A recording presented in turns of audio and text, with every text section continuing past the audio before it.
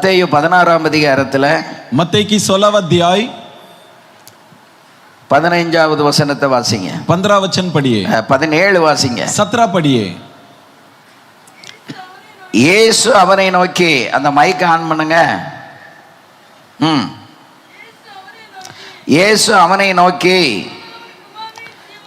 யோனாவின் குமாரனாகிய சீமோனே, நீ பாக்கியவான், மாம்சமும் இரத்தமும் இதை உனக்கு வெளிப்படுத்தவில்லை, பரலோகத்தில் இருக்கிற என் பிதா இதை உனக்கு வெளிப்படுத்தினார். மேலும் நான் உனக்கு சொல்லுகிறேன், நீ பேதுருவாய் இருக்கிறாய், இந்த கல்லின் மேல் என் சபையை கட்டுவேன், பாதாளத்தின் வாசல்கள் அதை மேற்கொள்வதில்லை.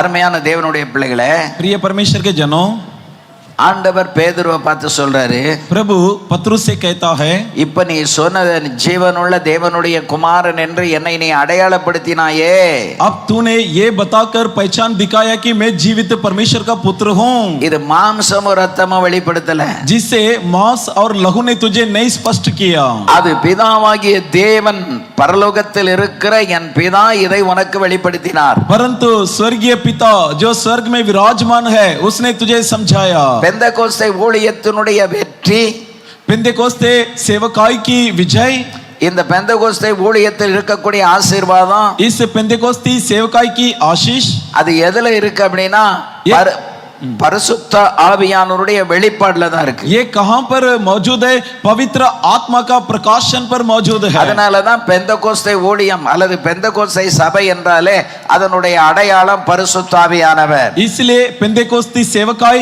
या पेंतेकोस्ती कलीसिया यानी उसकी पहचान क्या है? पवित्र आत्मा. ஜான் வெஸ்லியை வச்சு மெத்தடிஸ்ட் சர்ச் கட்டப்பட்டது. जॉन वेस्ली के द्वारा मेथोडिस्ट कलीसिया का निर्माण की गई. इवांजेलिकल சர்ச்சில் இருந்து மெத்தடிஸ்ட் சர்ச் வந்துச்சு. इवांजेलिक कलीसिया से मेथोडिस्ट कलीसिया का स्थापन हुआ. இந்த பெந்தெகோஸ்து சபையில் இருந்து கான்ஸ்டான்டினோபிள் எல்லா சலுகையும் கொடுத்து பெந்தெகோஸ்து முழுவதும் சிதைத்து அதுக்கு பிறகுதான் கத்தோலிக்க மார்க்கம் வந்துச்சு. और पेंतेकोस्ती कलीसिया से कांस्टेंटिनोपल ने उसे भटकाया, तितर बितर करवाया, बिकर के फिर बाकी कलीसिया की स्थापना हुई. सो பெந்தெகோஸ்து சபை, तो पेंतेकोस्ती कलीसिया, ரோமன் கத்தோலிக்க சபை, रोमन कैथोलिक कलीसिया, इवांजेलिकल चर्च, इवांजेलिकल कलीसिया, मेथोडिस्ट चर्च, मेथोडिस्ट कलीसिया. आमेन आमेन. இப்படி ஒண்ணா பிரிந்து வந்தது. इस प्रकार एक एक की जुदाई हुई.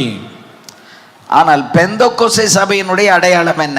परंतु पेंतेकोस्ती कलीसिया का लक्षण क्या है?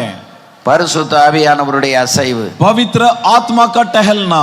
பெந்தெகோஸ்து சபை உலகத்துல பிறக்கும் போதே, துவக்கப்படும் போதே 120 பேர் மேல ஒரு ஆள் விடாம 120 பேர் மேலையும் அக்கினிமயமான நாவுகள் போல பிரிந்திருக்கும் நாவுகள் அவர்களுக்கு காணப்பட்டு அவர்களுக்கு ஆவியானவர் தந்திரன வரத்தின்படியே அவர்கள் வெவ்வேறு பாஷைகளில் பேச தொடங்கினார்கள்.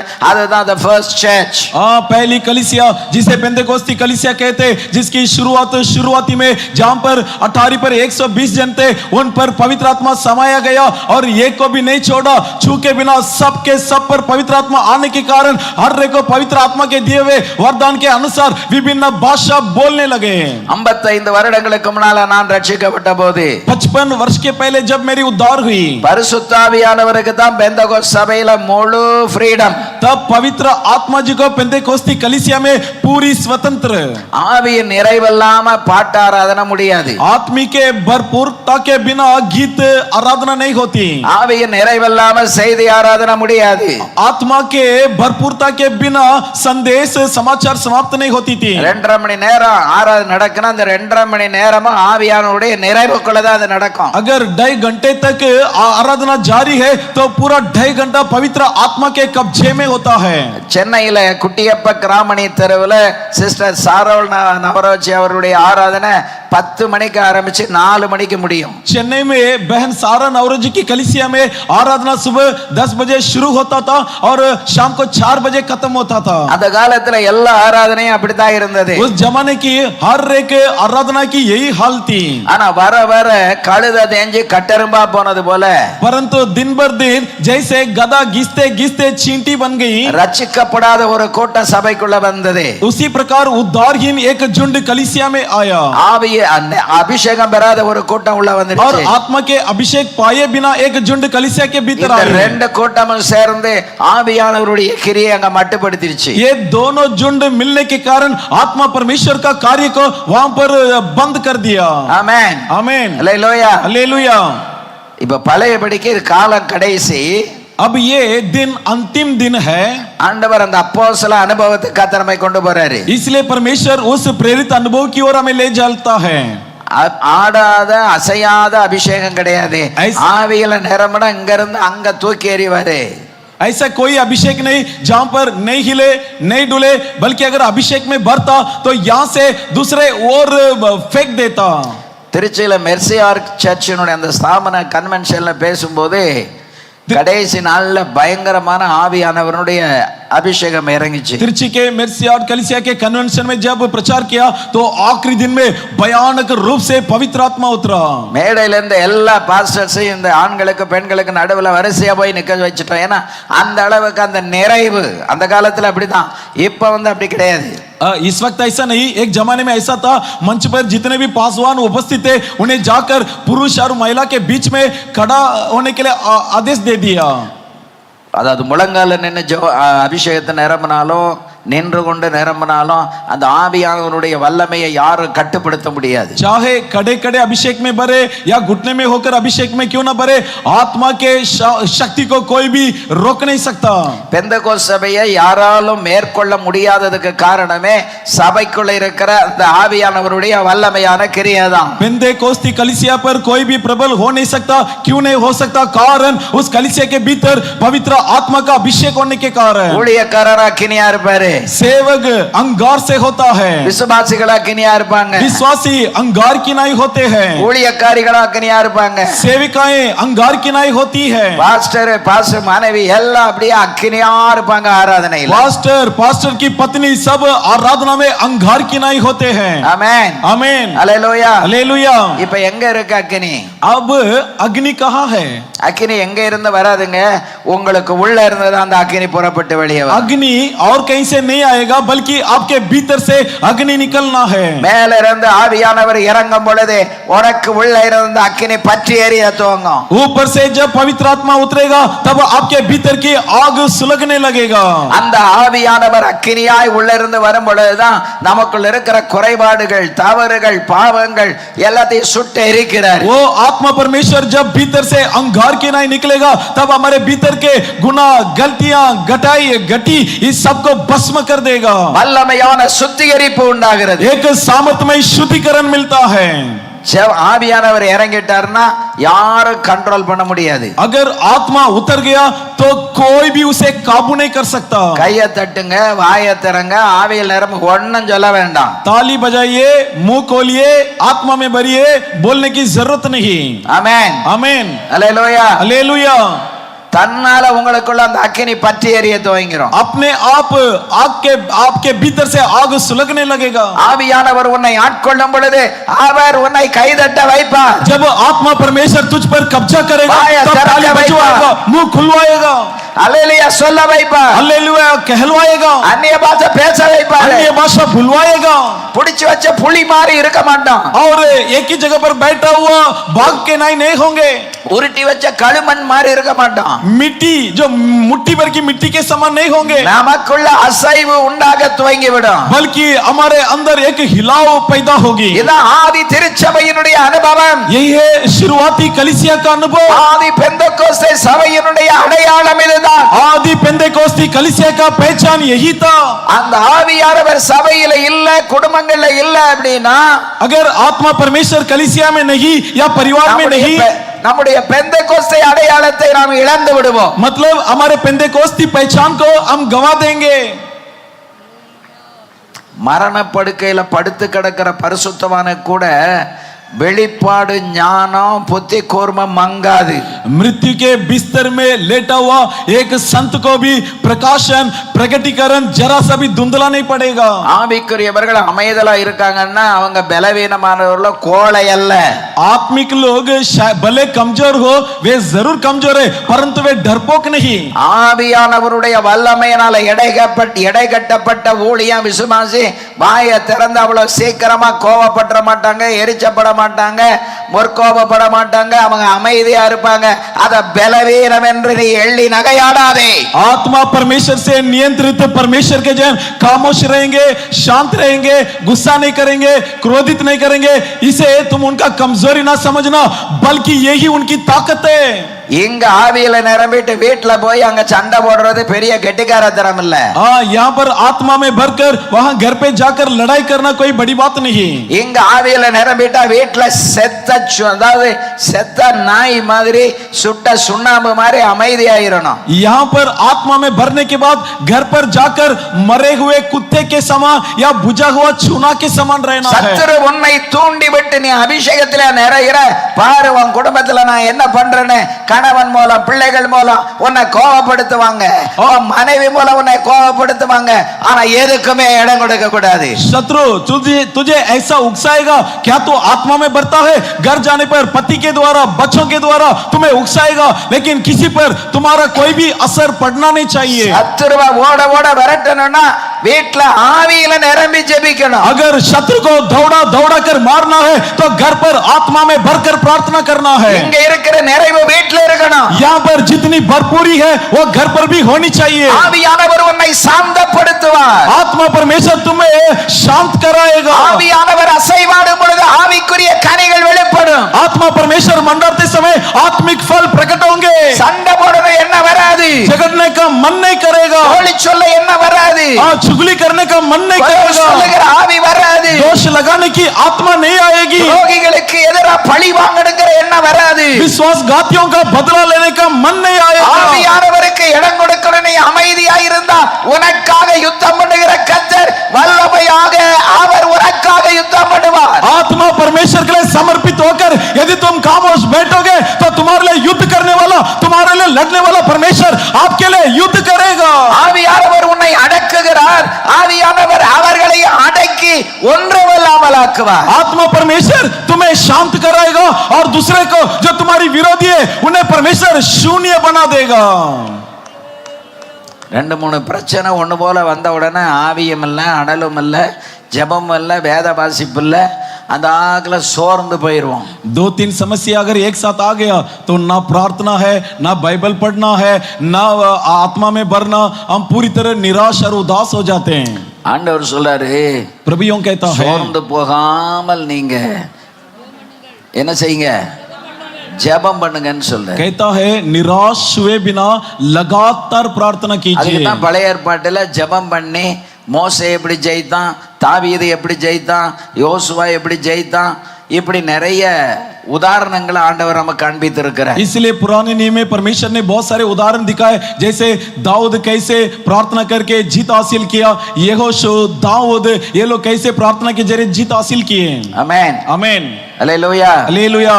அதெல்லாம் வாசிக்கிற நாம அதை பழைய ஏற்பாடுன்னு ஒதுக்கிட்டு போயிடக்கூடாது. वो सब पढ़ना छोड़कर पुराना नियम बोलकर उसे टुकराना नहीं.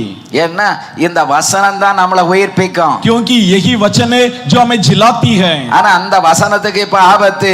लेकिन अब इस वचन पर खतरा. அது பழைய ஏற்பாடு, இது புதிய ஏற்பாடு. कहते वो पुराना नियम ये नया नियम. 66 புத்தகமும் நமக்கு உயிர் நாடி. 66 किताबें हमारे लिए जीवन का नाड़ी है. அல்லேலூயா. हालेलुया. ஆமென். आमीन. எதுக்கு 66 புத்தகத்தை தந்திருக்காரு? क्यों 66 किताबों को दिया? ஆமென். आमीन. புதிய ஏற்பாடுல இருந்து வசனத்தை எடுக்கிறேன், நய- பழைய ஏற்பாட்டுல இருக்கிற நிகழ்வுகளை நான் உங்களுக்கு சொல்றேன். नया नियम से वचन लेता हूं और पुराने नियम की घटनाओं को बताता हूं. பேதுரு நல்ல ஒரு ஆவிக்குரியவன் தான்ங்கிறத எது அடையாளப்படுத்துச்சுன்னா அவனுக்குள்ள இருந்த அந்த வெளிப்பாடு, அது பிதா அவனுக்கு கொடுத்ததுனால. और पतरस एक शानदार परमेश्वर का व्यक्ति है, किस बात दर्शाया? यही बात दर्शाया जो उसके भीतर परमेश्वर का प्रकाशन था, जिसके तहत वो कहता था कि तू जीवित परमेश्वर का पुत्र है. அந்த பகுத்தறிகிற வரம் ஆண்டவருக்குள்ள இருந்ததுனால அவர் கரெக்டா பகுத்தறிந்து இதை மாம்சமும் ரத்தமும் உனக்கு வெளிப்படுத்தல, இது பரலோகத்தில் இருக்கிற என் பிதா இதை உனக்கு வெளிப்படுத்துறான்னு டக்குன்னு சொல்லிட்டாரு. और इसे परखने का ज्ञान प्रभु यीशु मसीह में होने के कारण उसने तुरंत जवाब दे दिया, जी हाँ, ना मांस ना लहू तुझे बताया, बल्कि स्वर्ग में स्थित मेरा पिता परमेश्वर ने तुझे बताया है. இன்னும் நம்மை அடையாளப்படுத்தும் காரியங்கள் என்ன சொல்றேன் நானே. मैं बताऊंगा और भी कौन सी बात है जो हमारी पहचान दिखाती है. ஒன்று, एक, நீங்கள் அணிகிறதான உடை. आप जो पहनते हैं आपकी पहिरावा. பெந்தகோஸ்ல எதுக்கு வெள்ளை துணி உடுத்துறோம் தெரியுமா? आपको पता है पेंतेकोस्त में हम सफेद कपड़ा क्यों पहनते? எதுக்கு சொல்லுங்க? क्यों बताइए? முன்னோர்கள் எல்லாம் வெள்ளை உடுத்துனாங்க, அதனால என்ன செய்யறோம்? அப்படிதானே? வெள்ளை துணி நம்ம எதுக்கு உடுத்துறோம்? सफेद वस्त्र हम क्यों पहनते हैं? நமக்கு தெரியாது, हमें नहीं पता, ஏன்னா நமக்கு சொல்லி கொடுக்கல, क्योंकि हमें नहीं सिखाया गया. பரலோகத்துல ஒரு ட்ரெஸ்ஸை பத்தி சொல்லி இருக்குங்க, ஒரு கலரை பத்தி, அந்த ஒரு கலர் அந்த வெண்மை. जी हाँ, स्वर्ग में एक कपड़े के बारे में, एक रंग के बारे में बताया है, वो रंग பரிசுத்தம், सफेद यानी पवित्रता. அல்லேலூயா, हालेलुया, ஆமென், आमीन. ஒரே ஒரு கலர் தான் சொல்லி இருக்கு வேதத்துல, அது என்ன கலரு? पवित्र शास्त्र में एक रंग बताया गया है, कौन सी रंग? அங்க போறதுனால அங்க போணுங்கிறவங்களுக்கு ஆட்டோமேட்டிக்கா உள்ளம் பரிசுத்தான உடனே வெளியில ஆட்டோமேட்டிக்கா அந்த கலர்கள்லாம் கொஞ்சம் போய் எது வந்துருது? வெள்ளை வந்துருது. அதுவும் பிரயாணம் அது இதுன்னு போகும்போது கொஞ்சம் நம்ம லைட் கலர் போடுறோம், ஆனால் ஊழியம் அல்லது ஆராதனை அப்படின்னு வரும்போது ஒயிட் அண்ட் ஒயிட்ல இருக்கிறோம். इसलिए जो लोग वहां जाने की इच्छुक होते हैं तो उनका दिल मन पवित्र होने के कारण उनका बाहर की वस्त्र भी सफेद बनना शुरू होता है. और जब हम बाहर यात्रा में जाते, सफर में जाते, गंदगी ना लग जाए, दाग ना लग जाए, इसलिए उस वक्त हल्का सा रंग भी रंग वस्त्र हम पहन लेते हैं. நான் 2 வரி சொன்னா ஹிந்தியில 10 வரி சொல்றாரு. அல்லேலூயா, हालेलुया. அப்ப அந்த உடை என்னன்னா அப்பியரன்ஸ், தோற்றத்தை கொடுக்கிறது. तो ये जो वस्त्र है प्रस्तुत बाहर एक दिखाता है. அதான் பள்ளிக்கூடத்துல யூனிஃபார்ம், जिसे कहते हैं स्कूल में वर्दी, पुलिस को वर्दी, நர்ஸுக்கு ஹாஸ்பிட்டல்ல யூனிஃபார்ம், अस्पताल में नर्स के लिए वर्दी, ஆமென், ஃபயர் சர்வீஸ்ல யூனிஃபார்ம், फायर सर्विस में वर्दी, பெந்தகோஸ்ல யூனிஃபார்ம். पेंतेकोस्त में वर्दी. இந்த யூனிஃபார்ம் எல்லாம் எதுக்கு வச்சிருக்காங்க அப்படின்னா, Yes, sir. நம்மளை பார்த்த உடனே நம்ம யாருன்னு தெரியணும். ये सारा वर्दी क्यों दिया गया? क्योंकि लोग हमें देखते ही क्या दिखना है. நான் ஒரு நாள் பாம்பேலையா டெல்லியில ஏர்போர்ட்டை நின்றுட்டு இருக்கிறேன். एक दिन याद नहीं मुंबई में या दिल्ली में पता नहीं, हवाई अड्डे में खड़ा था. ஒயிட் ஷர்ட்டு கலர் பேண்ட் போட்டிருக்கிறேன். सफेद शर्ट और कलर पैंट पहना हुआ था. ஒருத்தர் என்னை பார்த்து நீங்க பாஸ்டரா அப்படின்னு கேட்டாரு. एक व्यक्ति आकर मुझसे पूछा, क्या भाई साहब आप पास्टर हो? நான் பிரதான ஆசிரியனுக்கு நெத்தி பட்டத்தில் எழுதிங்களா கர்த்தருக்கு பரிசுத்தம்னு, அது மாதிரி எனக்கு பாஸ்டர் டிடி மனோகரன் எழுதலை. जैसे महायाजक के माथे पर लिखा होता है यहोवा के लिए पवित्र याजक, वैसे ये पास्टर मनोहरन करके माथे पर नहीं लिखा. நான் அவர்கிட்ட சொன்னேன், ஆமா எப்படி தெரியல, உங்களை பார்த்த உடனே பாஸ்டர்னு எனக்கு உணர்த்தப்பட்டேன் அப்படின்னாரு. तब मैंने उनसे पूछा, जी हाँ मैं पासवान हूँ, लेकिन आपको कैसे पता चला? तब उसने कहा, आपको देखते ही मुझे ऐसा महसूस हुआ. ஆமென், आमीन. இந்த மாதிரி ரவுண்ட் நெக் போட்டாச்சு அப்படின்னாலும் இது பாஸ்டர் தான் போடுவாங்க அப்படிங்கிறது உலகத்துக்கு தெரியுது. अगर इस प्रकार के राउंड नेक का शर्ट पहनेंगे तो दुनिया जानती है पास्टर लोग ऐसा पहनते हैं. துணியினாலையும் தோற்றத்தின் மூலமாகவும் அடையாளப்படுத்தப்படுகிறோம். कपड़े से और हमारे आकार से सुनिश्चित किए जाते हैं. இவங்க பெந்தகோஸ்தா அப்படிங்கிறதுக்கு இன்னொரு அடையாளம் என்ன தெரியுமா? ये लोग पेंतेकोस्त वाले, इसका और दूसरा एक लक्षण क्या है? சொல்லுங்க, என்ன अடையாளம்? बताइए कौन सा लक्षण?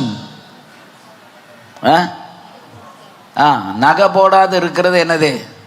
गहना नहीं पहनना यानी क्या है? அதுல ஒரு டேஞ்சர் என்ன, நகையெல்லாம் போட மாட்டாங்க, வெள்ளைச்சட்டையெல்லாம் போட்டுருவாங்க, வெள்ளைச்சேலை கட்டிடுவாங்க, வெள்ளை பேண்ட் போட்டுருவாங்க.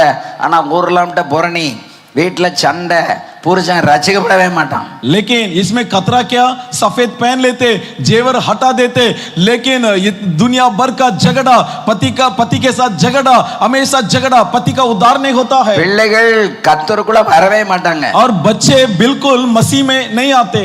அந்த இடத்துல இந்த வெள்ளை துணி ஒண்ணும் செய்யாது. वहां पर इस सफेद रंग का कोई फायदा வெள்ளை नहीं. துணியை போட்டு ஆவியில நிரம்பிட்டோம்னா நம்மள அப்படியே சாவுக்கு ஒப்பு கொடுத்த மாதிரி கர்த்தருடைய கையில ஒப்பு கொடுத்துறணும். अगर सफेद पहनकर आत्मा में भर गया, जैसे अपने आप को परमेश्वर के हाथों में समर्पित करके एक मुर्दे के समान सौंप देना है. அப்பொழுது உன்னை கொண்டு மகத்தான கிரியைகளை கர்த்தர் செய்வார். तब तेरे द्वारा बड़े बड़े कामों को परमेश्वर करेगा. நீங்க ஜெபிக்கிற ஜெபத்துக்கு உங்க வீட்ல பதில் உண்டாகும். आपके प्रार्थना का उत्तर आपके घर पर तुम्हें உன்னுடைய मिलेगा. பிள்ளைகள் உனக்கு முன்னால மண்டியிடுவார்கள். आपके बच्चे तेरे सामने घुटना தாயை टेकेंगे, கனம் பண்ணுவார்கள். माता जी का आदर करेंगे, தகப்பனை கனம் பண்ணுவார்கள். पिताजी का सम्मान करेंगे.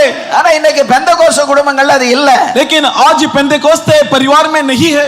சர்ச்சில் ஒரே ஆட்டமும் பாட்டமும் அந்நிய பாஷை இருக்காது. என்ன பாஷான்னு எனக்கு புரியல. कलीसिया में गीत गान अन्य भाषा, ये कौन सी अन्य भाषा मुझे नहीं पता.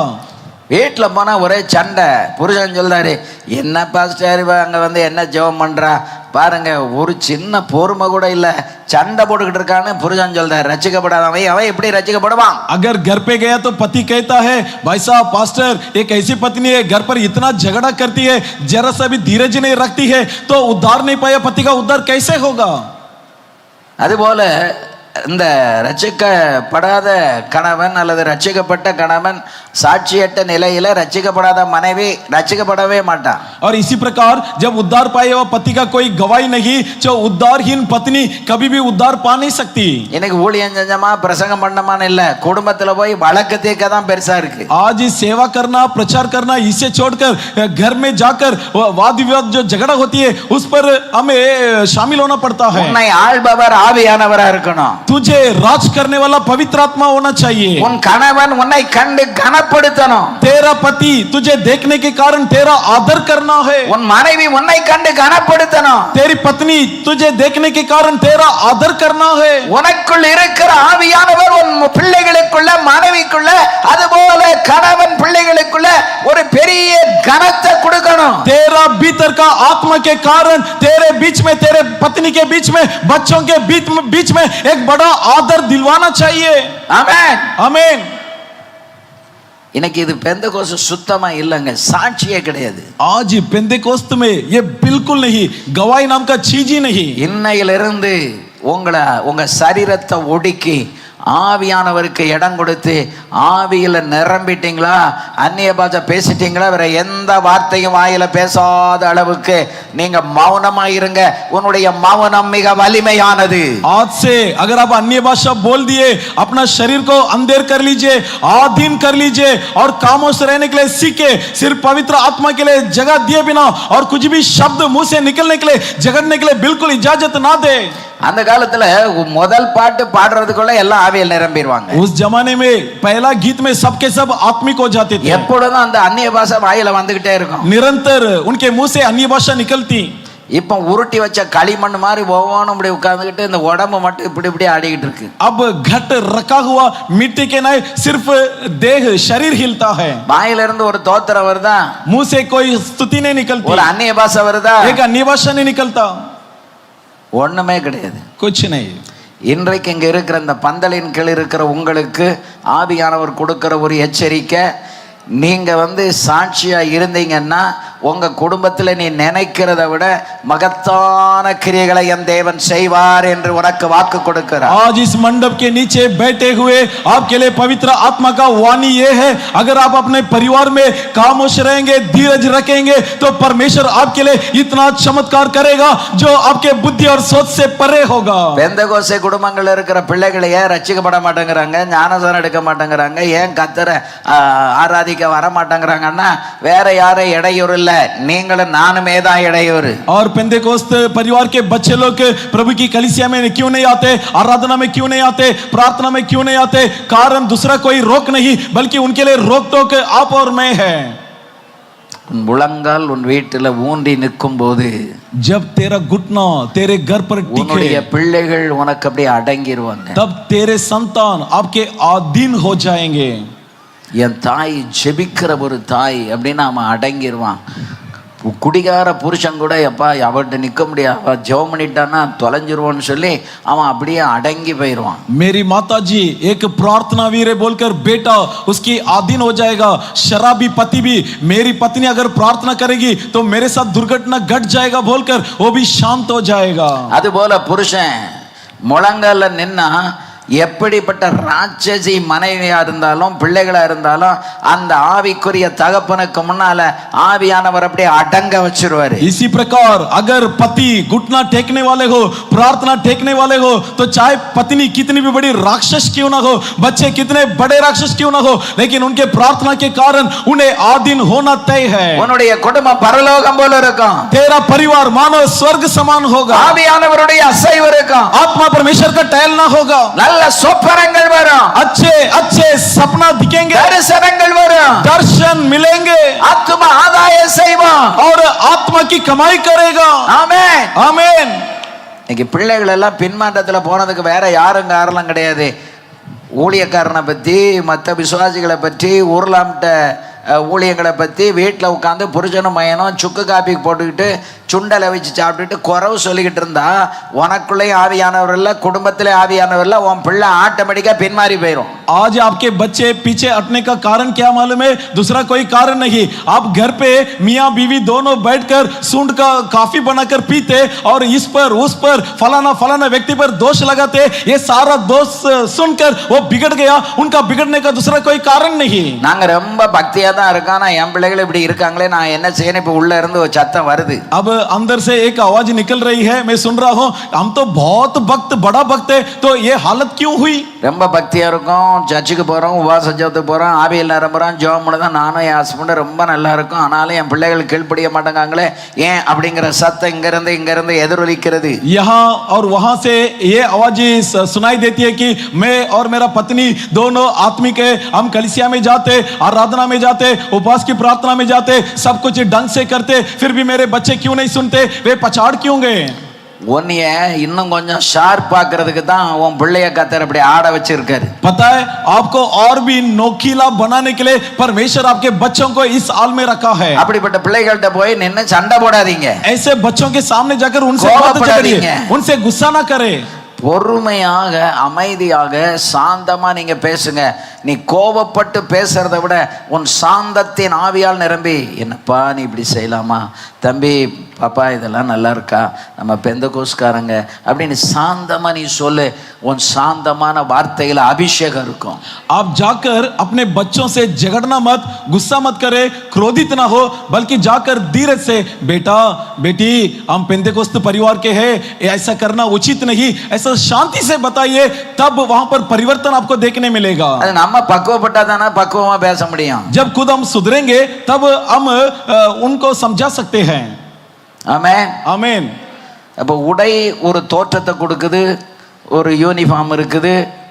तो वस्त्र हमें एक आकार देती है और एक वर्दी हमें दिया गया है. பரிசுத்தவான்களுக்குன்னு ஒரு உடை இருக்கு.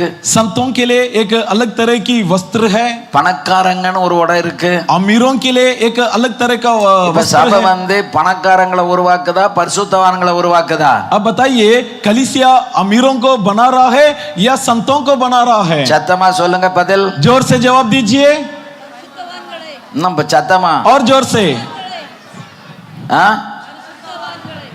அதை மட்டும் மனசுல வைங்க. நான் என் சபையில அடிக்கடி சொல்றது தான். बस इस I बात am को not मन में here रखिए. to raise or bring out the rich people, but I am here to preach and to formulate the saints of God. जी हाँ, मैं यहाँ पर इसलिए प्रचार करने नहीं आया कि बहुत सारे अमीरों को बनाए, बल्कि मैं इसलिए यहाँ पर उपस्थित हूँ कि परमेश्वर के लिए एक झुंड संतों को बनाऊं. இப்போ நான் சொன்ன இந்த குறையெல்லாம் உங்க சபையில இல்லையான்னு கேட்காதீங்க. என் சபையில இருக்கே, அதனாலதான் அனுபவத்தோட பேசுறேன். अब इस वक्त मैंने जितने भी कमी घटियां बताया, अब ये मत कहना कि भाई ये सब कमी घटियां आपकी कलीसिया में नहीं. जी हाँ है, इसलिए अनुभव के साथ कह रहा हूँ.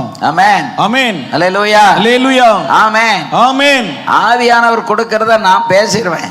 आत्मा परमेश्वर जो भी देता है मैं सुना देता हूँ। கேட்டா கேளு, கேட்கலாம் போய் இந்த கலக விட்டார், கேட்டாலும் சரி கேட்காவிட்டாலும் நான் சொன்னதை சொல்லுன்னு ஆண்டவர் சொல்லிட்டாரு. सुनना है तो सुनो, नहीं सुनना है छोड़ दो। प्रभु ने जैसे कहा कि ये तो झगड़ालू संतान है, जो करना है उन्हें करने दो।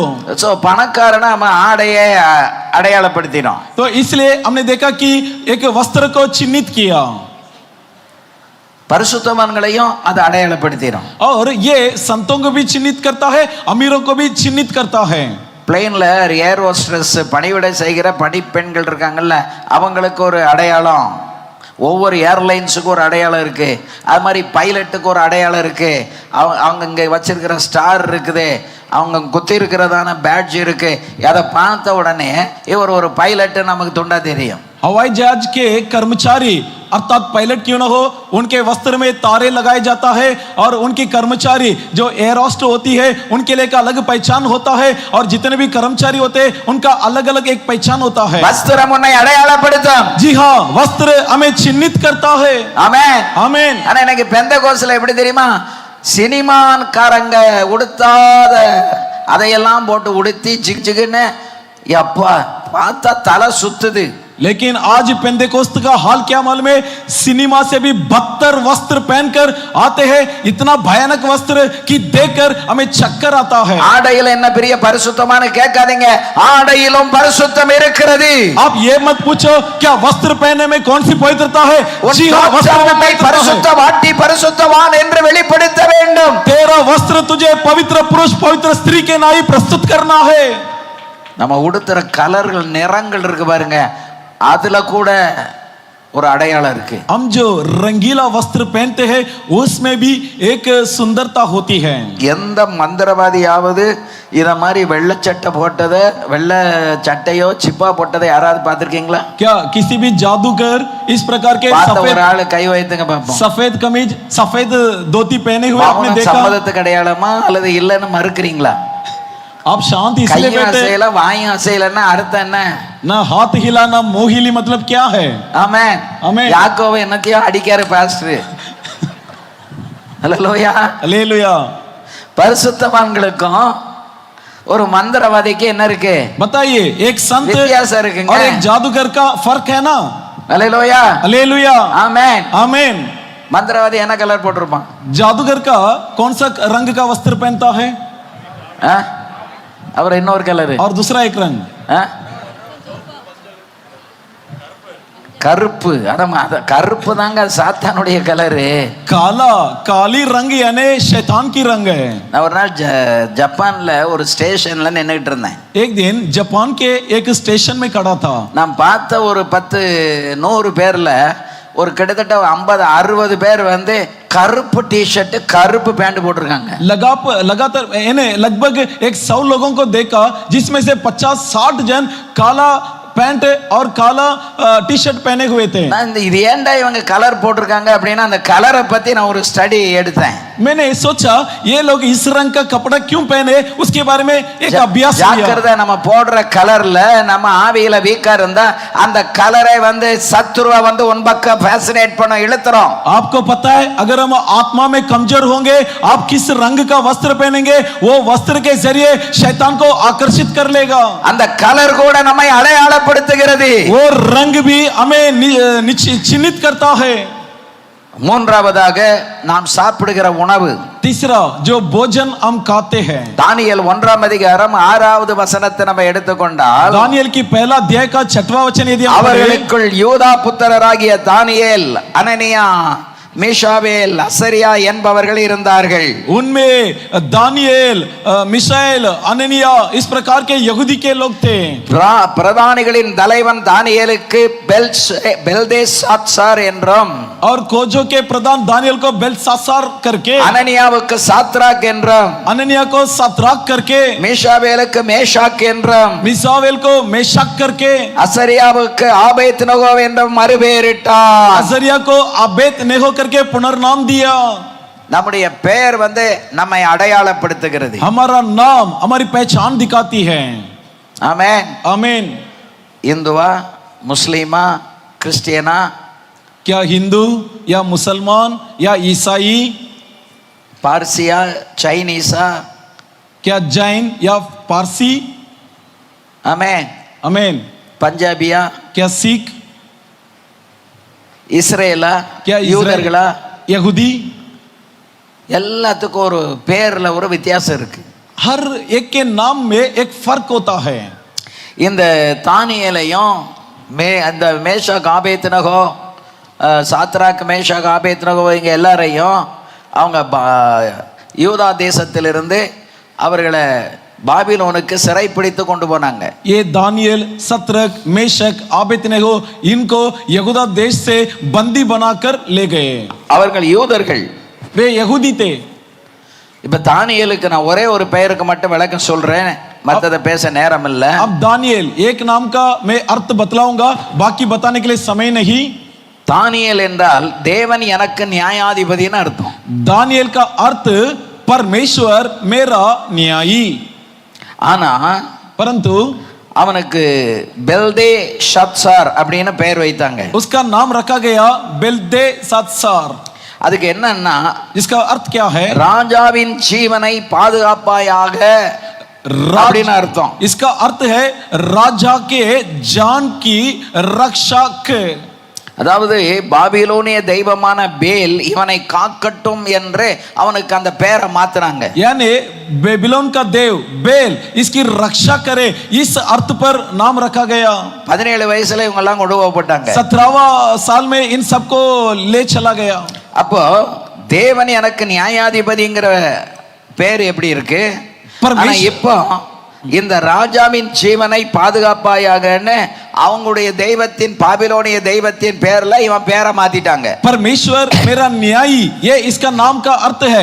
अब बेबीलोन के मुताबिक तू राजा का रक्षक बनेगा, इस अर्थ पर नाम बदला दिया गया. அது தானியேல் 4ஆம் அதிகாரம் 8வது வசனத்துல நம்ம அந்த பேரை நம்ம அங்க வாசிக்கிறோம். जो दानियल की 4 अध्याय के 8वें वचन में इस नाम का अर्थ को हम पढ़ते हैं.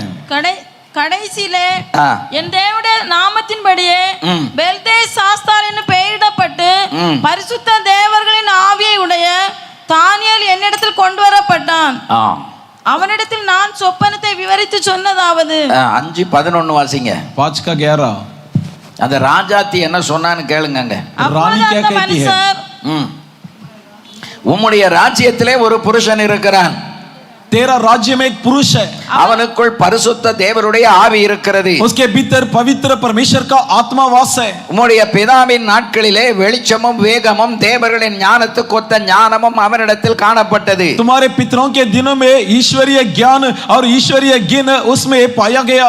ஆகையால் உம்முடைய பிதாவாகிய நேபுகாத்நேச்சார் என்னும் ராஜாவானவர், इसलिए तुम्हारा पिता नेबुकदनेस्सर नाम के राजा அவனை சாஸ்திரிகளுக்கும் ஜோசியருக்கும் கல்தேயருக்கும் குறி சொல்லுகிறவர்களுக்கு அதிபதியாக வைத்தார். उसे कस्सी और ज्योतिषी और जादू टोना करने वाले इन सभी पर प्रधान बनाया. அத்தனை பேருக்கு நடுவிலே அவன் அடையாளப்படுத்தப்பட்டது எதனால்? அவனுடைய ஐடென்டிட்டி எதனால? அவனுக்குள் இருந்த தேவ ஆவியினால் அடையாளப்படுத்தப்பட்டான். इन सब के बीच में किस प्रकार उसे चिन्हित किया गया, किस प्रकार उसकी पहचान दिखाई दी? क्योंकि उसके अंदर परमेश्वर के पवित्र आत्मा वास था. தேவ ஆவி அவனை அடையாளப்படுத்திட்டு, परमेश्वर के आत्मा ने उसकी पहचान दिखाया. ஆமென் आमीन. அறிவு, புத்தி, கூர்ம, கருகலானவைகளை தெரிவிக்கிற அந்த அறிவு, புத்தி, விசேஷித்த ஆவி அவனுக்குள்ள இருந்ததுங்கிறத ராஜாத்தி கண்டுபிடிச்சான். ज्ञान, दिमाग, बुद्धि, इन सारी चीज उसके भीतर मौजूद था, जिसे राजा ने पहचान लिया. இன்னைக்கு நம்ம குடும்பத்தில் இருக்கிற மனைவியை பத்தி கணவனுக்கும், கணவனை பத்தி மனைவிக்கும், பெற்றோரை பத்தி பிள்ளைகளுக்கும், அக்கம் பக்கத்தில் இருக்கிறவங்களுக்கும் இந்த வெளிப்பாடு இருக்கணுமா வேண்டாமா? आज हमारे परिवार में पति के बारे में पत्नी को, पत्नी के विषय में पति को, पालक के विषय बच्चों को, बच्चों के विषय पालकों को, और हमारे अड़ोस पड़ोसियों के प्रति ज्ञान हमें होना चाहिए या नहीं? ஆமென். आमीन. என்ன அமைதியா இருக்கீங்க? क्यों खामोश? உங்களை பத்தி அவங்களுக்கு தெரியணுமா தெரியக்கூடாதா? आपके बारे में वे लोग जानना है या नहीं? இன்னைக்கு நம்மளை பத்தி என்ன சாட்சி இருக்கு? आज हमारे प्रति क्या गवाही है हमारे पड़ोस में? ஆமென். आमीन. புருஷனை பத்தி மனைவிட்ட கேட்டா தான் தெரியும். पति के बारे में पत्नी से पूछेंगे तब पता चलेगा. மனைவியை பத்தி புருஷன்கிட்ட கேட்டா தான் தெரியும். पत्नी के बारे में पति से पूछो तब पता चलेगा. பெற்றோரை பத்தி பிள்ளைகள்கிட்ட கேட்டா தான் தெரியும். और बच्चों के बारे में माता पिता से पूछो पता चलेगा. ஆமென். आमीन. பெந்தெக்கோஸ்திலே உயிர் நாடி எதுன்னா நம்ம சாட்சி. पेंतेकोस्त में हमारा जीवन का धड़कन क्या है? हमारी गवाही. ஆசீர்வாதத்துக்கும் விடுதலைக்கும் உயர்வுக்கும் மேன்மைக்கும் உங்களை எல்லாரும் கனப்படுத்துறதுக்கும் மேலான ஒன்று நம்முடைய சாட்சி.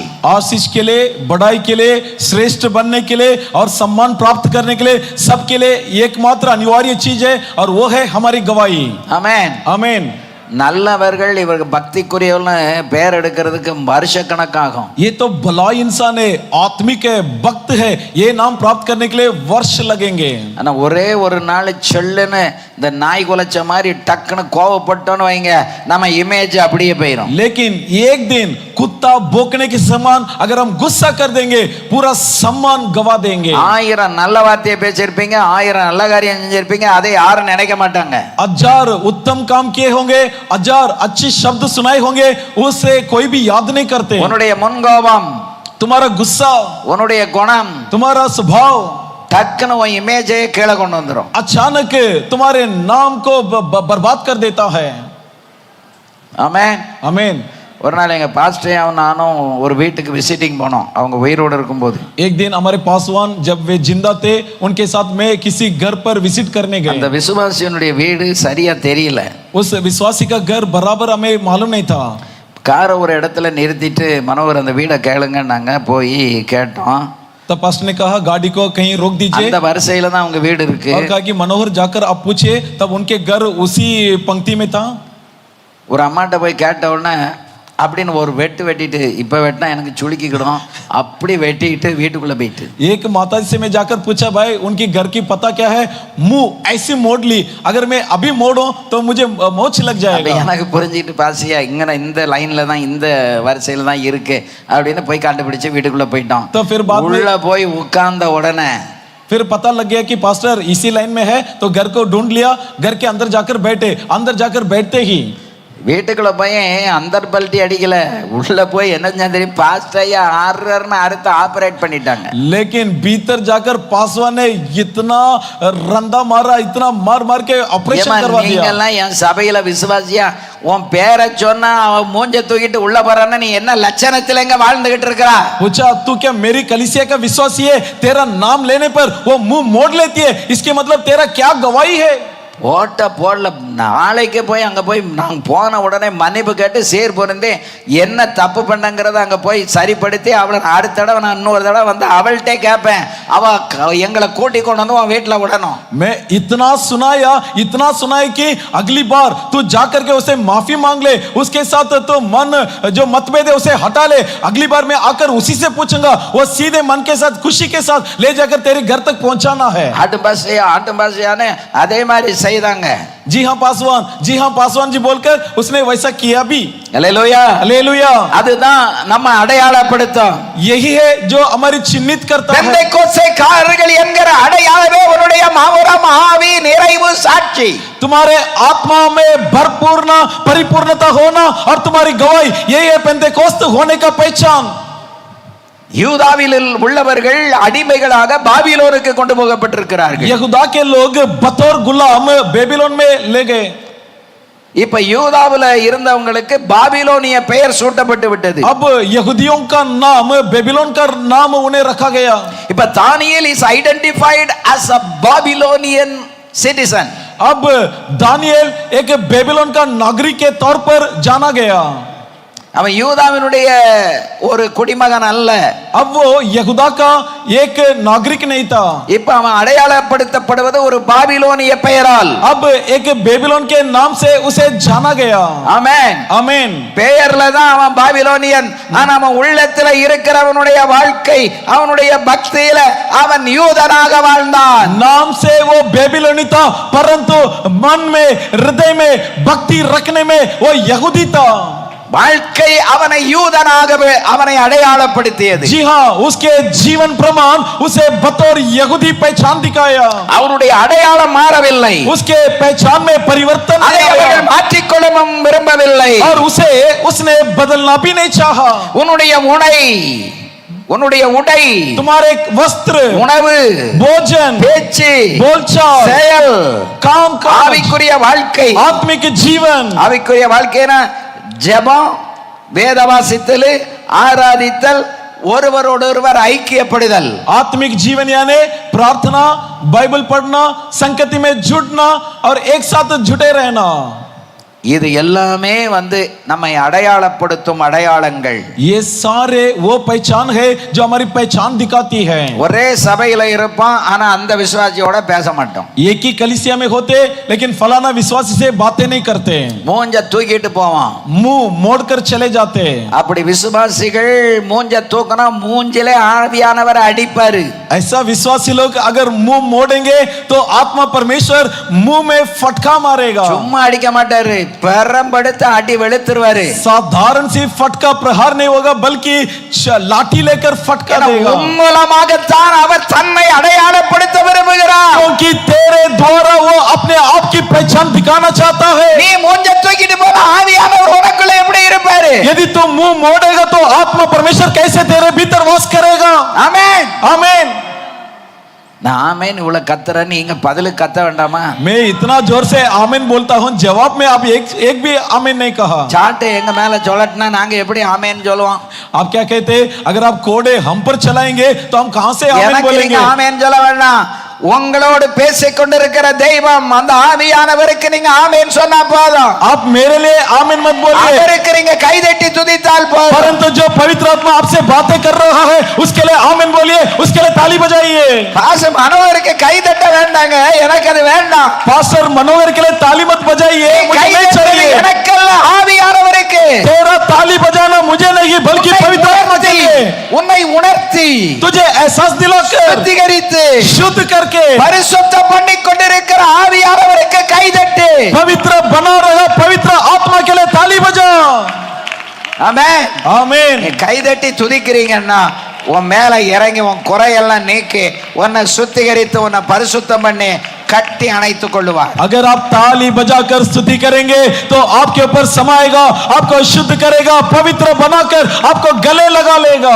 போன வருஷம் அந்த கன்வென்ஷன் முடிஞ்சு நான் வீட்டுக்கு போன மறுநாள் யாரோ ஒருத்தர் போன் பண்ணாரு. एक पिछले वर्ष एक कन्वेंशन समाप्त होकर घर जाने के बाद एक व्यक्ति ने फोन किया. நீங்க எப்படி எல்லாரையும் ஆவியில நிரப்பலாம்னாரு. पूछा आप क्यों सबको आत्मा में भराया? உனக்கு ஆவியும் அபிஷேகம்னா ஏதாவது தெரியுமா?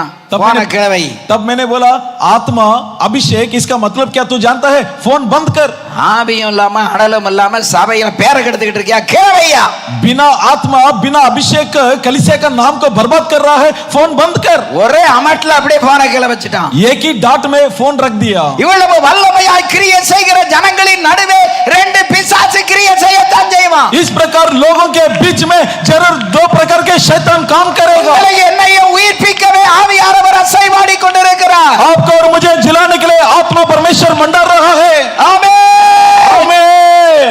நல்ல ரெண்டு கையை வைத்து மூணு ஆமென் சொல்லுங்க. दोनों हाथ उठाकर तीन आमीन बोलिए. ஹalleluya. हालेलुया. ஹalleluya. हालेलुया. ஆமென். आमीन. அருமையான கர்த்தருடைய பிள்ளைகளே, प्रिय परमेश्वर के जनों, எங்க போய் ஆவியானவர் கிரியை இருந்தாலும் அங்க ஒரு சத்துருவின் கிரியை வெளிப்படும். जहाँ कहीं आत्मा का कार्य होता है वहाँ शत्रु का कार्य भी होता है. ஆமென். आमीन. இந்த தானியேல் தன் அடையாளத்தை மாத்த விரும்பாததுக்கு முதல்ல அவன் போட்ட கோடு என்னமா? அந்த உணவுல தான் ஒரு கோடு போட்டான். और पहला दानियल जो अपने नाम का जो अर्थ बदलने के नहीं बदलने के लिए एक लकीर लगाया, वो कौन सा लकीर मालूम है? அங்க சொல்லி இருக்கு, ராஜாவினுடைய போஜனத்தினால் அவன் பானத்தினாலும் திராட்சை ரசத்தினாலும் தன்னை தீட்டுப்படுத்தல் ஆகாது என்று தன் இருதயத்திலே தீர்மானம் பண்ணி கொண்டு, हालेलुया, हालेलुया, उसने अपना हृदय में निर्णय ले लिया कि राजा के भोजन से और रस से दाख मधु से अपने आप को अशुद्ध न करो. தன்னை தீட்டுப்படுத்தாதபடி பிரதானிகள் தலைவிடத்தில் போய் வேண்டிக் கொண்டான். अपने आप को अशुद्ध न करे इसलिए कोझों के प्रधानों के पास विनती किया. हालेलुया. हालेलुया. இந்த உணவுல என்னங்க இருக்கு அப்படி பெரிய தத்துவம்? ए भाई, ये भोजन में ऐसा कौन सी तत्व है? எத்தனை பேர் அப்படி நினைக்கிறீங்க? कितने जन आप में से ऐसा सोचते हैं? அப்படி நினைக்கிறவங்க தயவு செய்து கை வைத்துங்க பாப்போம். ऐसा सोचने वाले कृपया உணவுல अपने हाथ என்ன இருக்கு उठाइए। பெரிய விஷயம் அப்படின்னு நினைக்கிறவங்க கையை வைத்துங்க பாப்போம். खाने में भोजन में क्या है ऐसा सोचने वाले हाथ கையை उठाइए। வைத்தல்னா இப்ப நான் இறங்கி வந்து ஒரு மைக்கு கொடுத்து நீங்க பதில் சொல்லுங்கன்னு சொல்லிடுவேன். अगर आप हाथ नहीं उठाए तो नीचे आऊंगा, आपके हाथ में माइक दिलाऊंगा। உணவுல जो விஷயம் இருக்கா இல்லையா? क्या भाई भोजन में कुछ बातें हैं या சொல்லுங்க. नहीं? இருக்கு. है। ரொம்ப பெரிய தத்துவம் இருக்குங்க. जी हाँ, इसमें बहुत बड़ा भेद है। சமீபத்துல ஒரு 2 வாரத்துக்கு முன்னால ஒரு போதகர் என்னோட பேசிக்கிட்டு இருந்தாரு. हाल में 2 सप्ताह के पहले एक प्रचारक मुझसे बातें कर रहे थे। அப்ப அவர் இதுவரைக்கும் எனக்கு தெரியாத ஒரு விஷயத்தை, ஒரு 3 விஷயத்தை அவர் என்னோட பகிர்ந்து கொண்டார். तब उसने ऐसी 3 बात मुझसे साझा किया जो इसके पहले मुझे नहीं मालूम थी। திருமங்கலம் அந்த ஊழியர் கூட்டத்துக்கு மாதம் அவர் வருவார். तिरुमंगलम की सेवकों की मंडली में प्रतिमा आते थे। அவர் என்கிட்ட சொன்னாரு, சீனி சுகர் சக்கரை இருக்கு இல்லையா, வெள்ளை சக்கரை, அது उन्होंने मुझसे कहा जो शक्कर है ना, திராட்சை ரசம், दाक मधु, மாம்சம், ரெட் மீட்னு சொல்லுவாங்க, मांस जिसे लाल मांस कहते हैं, இந்த மூன்றும் நம்முடைய சிந்தையை மழுங்க பண்ணுகிறதுன்னு அவர் ஒரு வெளிநாட்டில் இருக்கக்கூடிய ஒருவர் பேசின செய்தியை கேட்டு அதை என்னோடு பகிர்ந்து கொண்டார். विदेश के एक प्रचार का प्रचार सुनकर उसने उस प्रचार को मुझसे साझा किया कि ये तीनों लेने से हमारा बुद्धि निर्बुद्धि होता है। ஆமென். आमीन। சுகர் இல்லாதவங்க டீ கடையில் போய் நின்று நல்ல கூட ஒரு கரண்டி போடுங்க அப்படிம்பாங்க. और जिन्हें शुगर नहीं वो चाय की दुकान में जाकर कहते भाई चाय बनाइए, थोड़ा ज्यादा शक्कर डालकर चाय बनाइए। என் கூட வந்திருக்கிற பாஸ் ஏசாஸ், मेरे साथ आया पास्टर அவருக்கு येसुदास, சுகர் எல்லாம் ஒண்ணும் கிடையாது. उन्हें शुगर है ही नहीं। அப்போ இப்படி கேட்டாங்கன்னா எனக்கு 2 மடங்கு போடுங்க, எனக்கு ஒண்ணும் கிடையாது அப்படிம்பாரு. तब कोई पूछने पर कहता है मुझे 2 हिस्सा शुगर डालिए क्योंकि मुझे कोई शुगर बीमारी नहीं। நான் காலையில சொன்னா ஜாக்கிரதை ஏசாஸ், புத்தி மழுங்கி போகும். आज सुबह में बोला येसुदास सावधान नहीं तो निर्बुद्धि हो जाओगे। பாசியா இனி நான் சீனியே சாப்பிட மாட்டேன்னாரு. तब उसने बोल दिया पासवान आइंदा में शक्कर नहीं நல்ல लूंगा। பிள்ளைக்கு அடையாளம் கீழ்ப்படிதல். अच्छे बच्चे का लक्षण क्या है? आज्ञाकारी होना। அதுல ஏகப்பட்ட கெமிக்கல் இருக்கு. क्योंकि उसमें बहुत सारे रसायन मिला है மைண்ட வந்து செயல்பட விடாம ஸ்தம்பிக்க பண்ணுவான். और मन को ऐसा रोक लगा देता है कि काम ना करे। அதே மாதிரி छेड़ो। ஆகவே இந்த திராட்சை ரசம், அதுக்கு அடுத்து மாம்சம், ये दाकरस और मांस। ஆமென். आमीन। அல்லேலூயா. हालेलुया। ஒரு குறிப்பிட்ட வயசுக்கு பிறகு டாக்டர் சொல்றது என்ன அப்படின்னா, कुछ निर्धारित उम्र के बाद डॉक्टर का सलाह क्या है? இந்த பிரியாணி, ये बिरयानी, அதே மாதிரி மட்டன், इसी प्रकार मटन, குஸ்கா, कुस्का, வறுவல், जो फ्राई, அதே மாதிரி புரோட்டா, परोटा, இதெல்லாம் தொடக்கூடாது, தொடவே கூடாதுன்னு சொல்லியிருக்கு. इन्हें छूना नहीं, यानी बिल्कुल नहीं छूना। ஆமென். आमीन। அது என்ன கிரியை எப்படி செய்யுங்கிறது நமக்கு தெரியாது. वो कैसा उसकी प्रतिक्रिया क्या होती है हम नहीं जानते। ஆமென். आमीन। அல்லேலூயா. हालेलुया। வயசாயிட்டா अगर उम्र हो गया உணவுல ரொம்ப கட்டுப்பாடாகவும் கவனமாக இருக்கணும். तो खाने के सिलसिले में भोजन का विषय में बहुत ही सावधानी बरतना है। ஆமென். आमीन।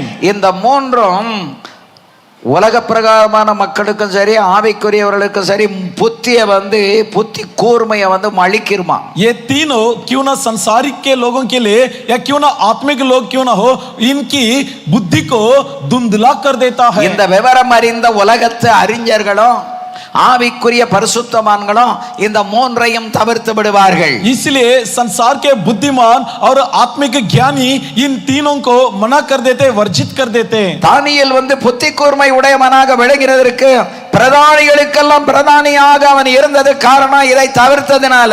दानियेल बुद्धिमान क्यों बना? प्रधानों का प्रधान बनने का कारण क्या है? कारण उन्होंने इस सारे भोजन से अपने आप को अलग रखा। 3 வேளை இடைவிடாமல் ஜெபம் பண்ணது காரணம் என்ன? அவனுக்குள்ள அந்த பலன் இருந்தது. 3 बार निरंतर लगातार प्रार्थना करने का कारण क्या था?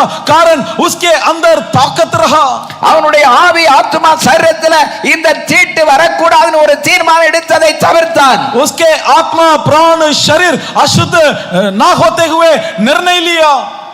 ராஜாவினுடைய போஜனத்தினால் தன்னை தீட்டுப்படுத்த அவன் விரும்பல.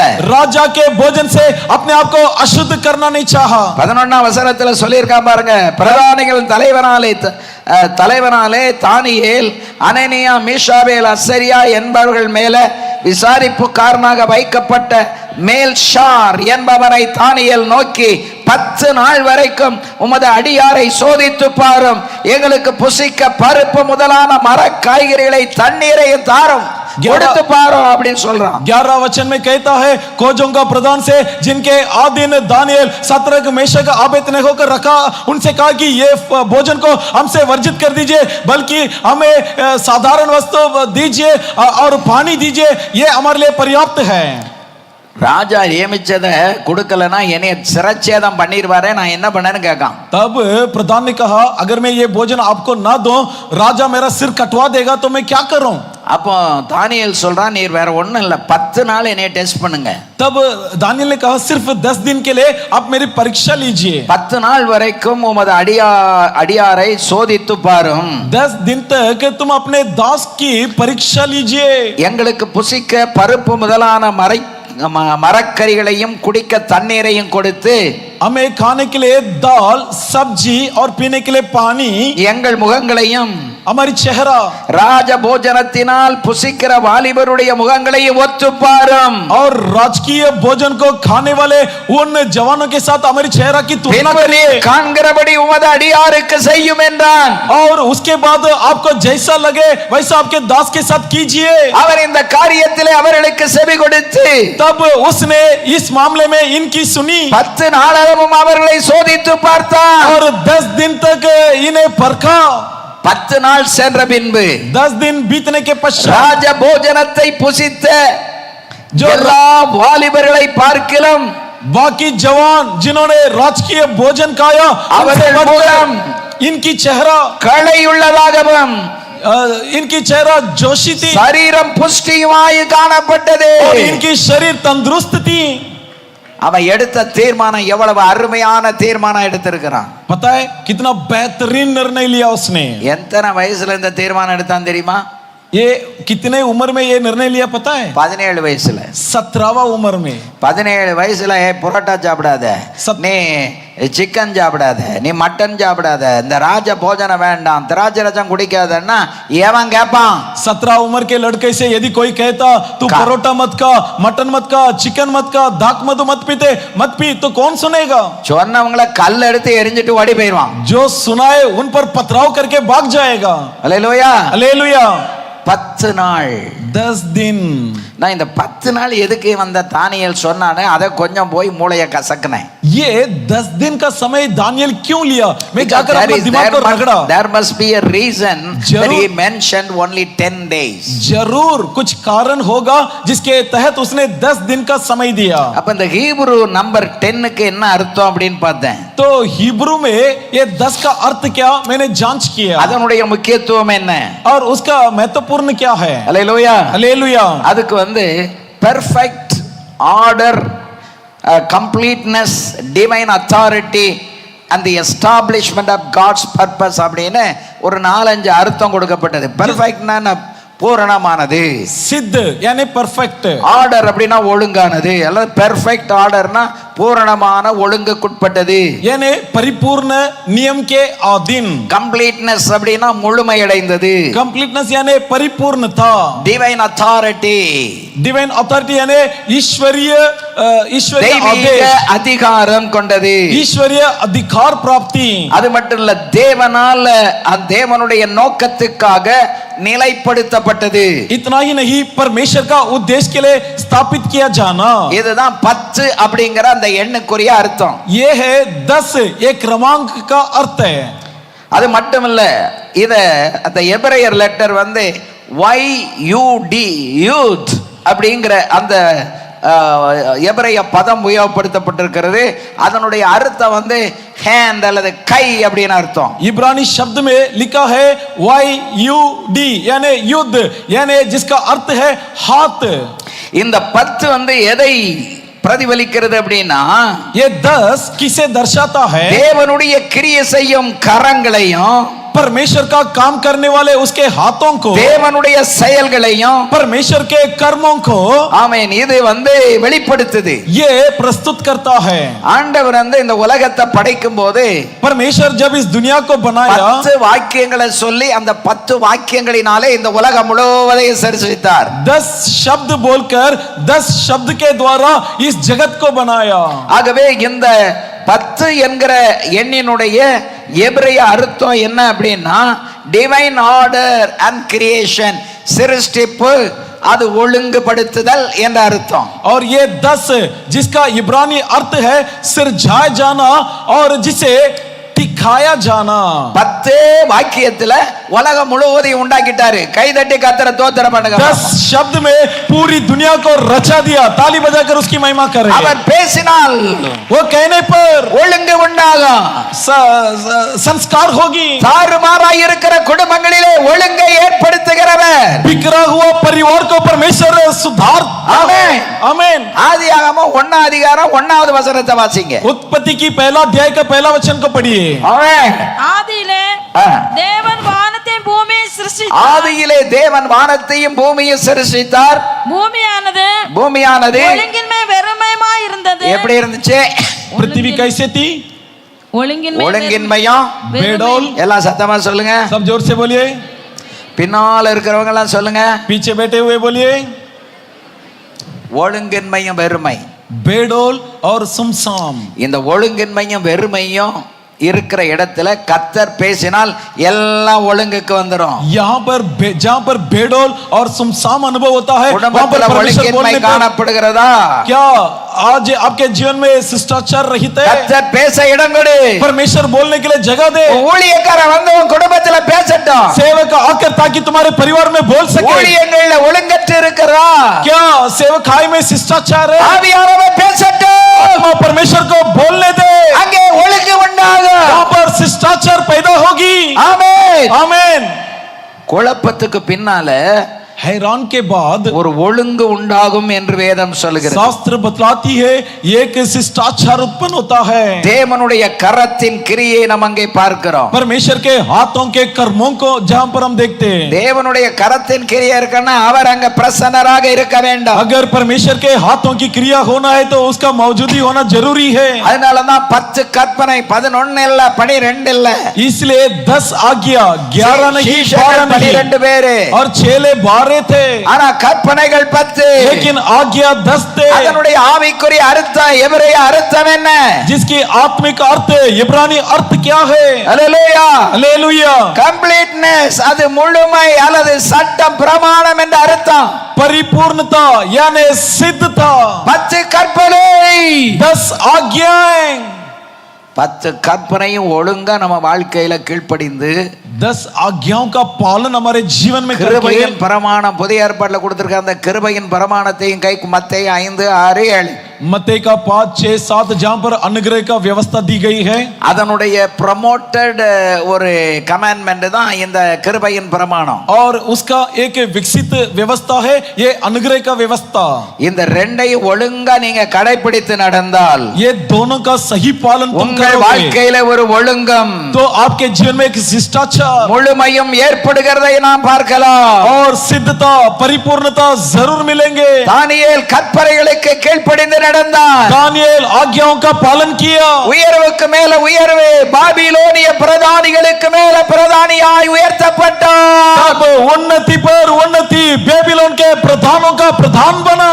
ஆமென். आमीन. இந்த 10 என்றால் இன்னொரு அர்த்தம் ட்ரையல் அண்ட் ஜட்ஜ்மெண்ட், சோதனையும் நியாய தீர்ப்பும். 10 का और एक अर्थ है परीक्षा और उसकी प्रतिफल. எகிப்துல எத்தனை பிளேக்ஸ் வந்துச்சு?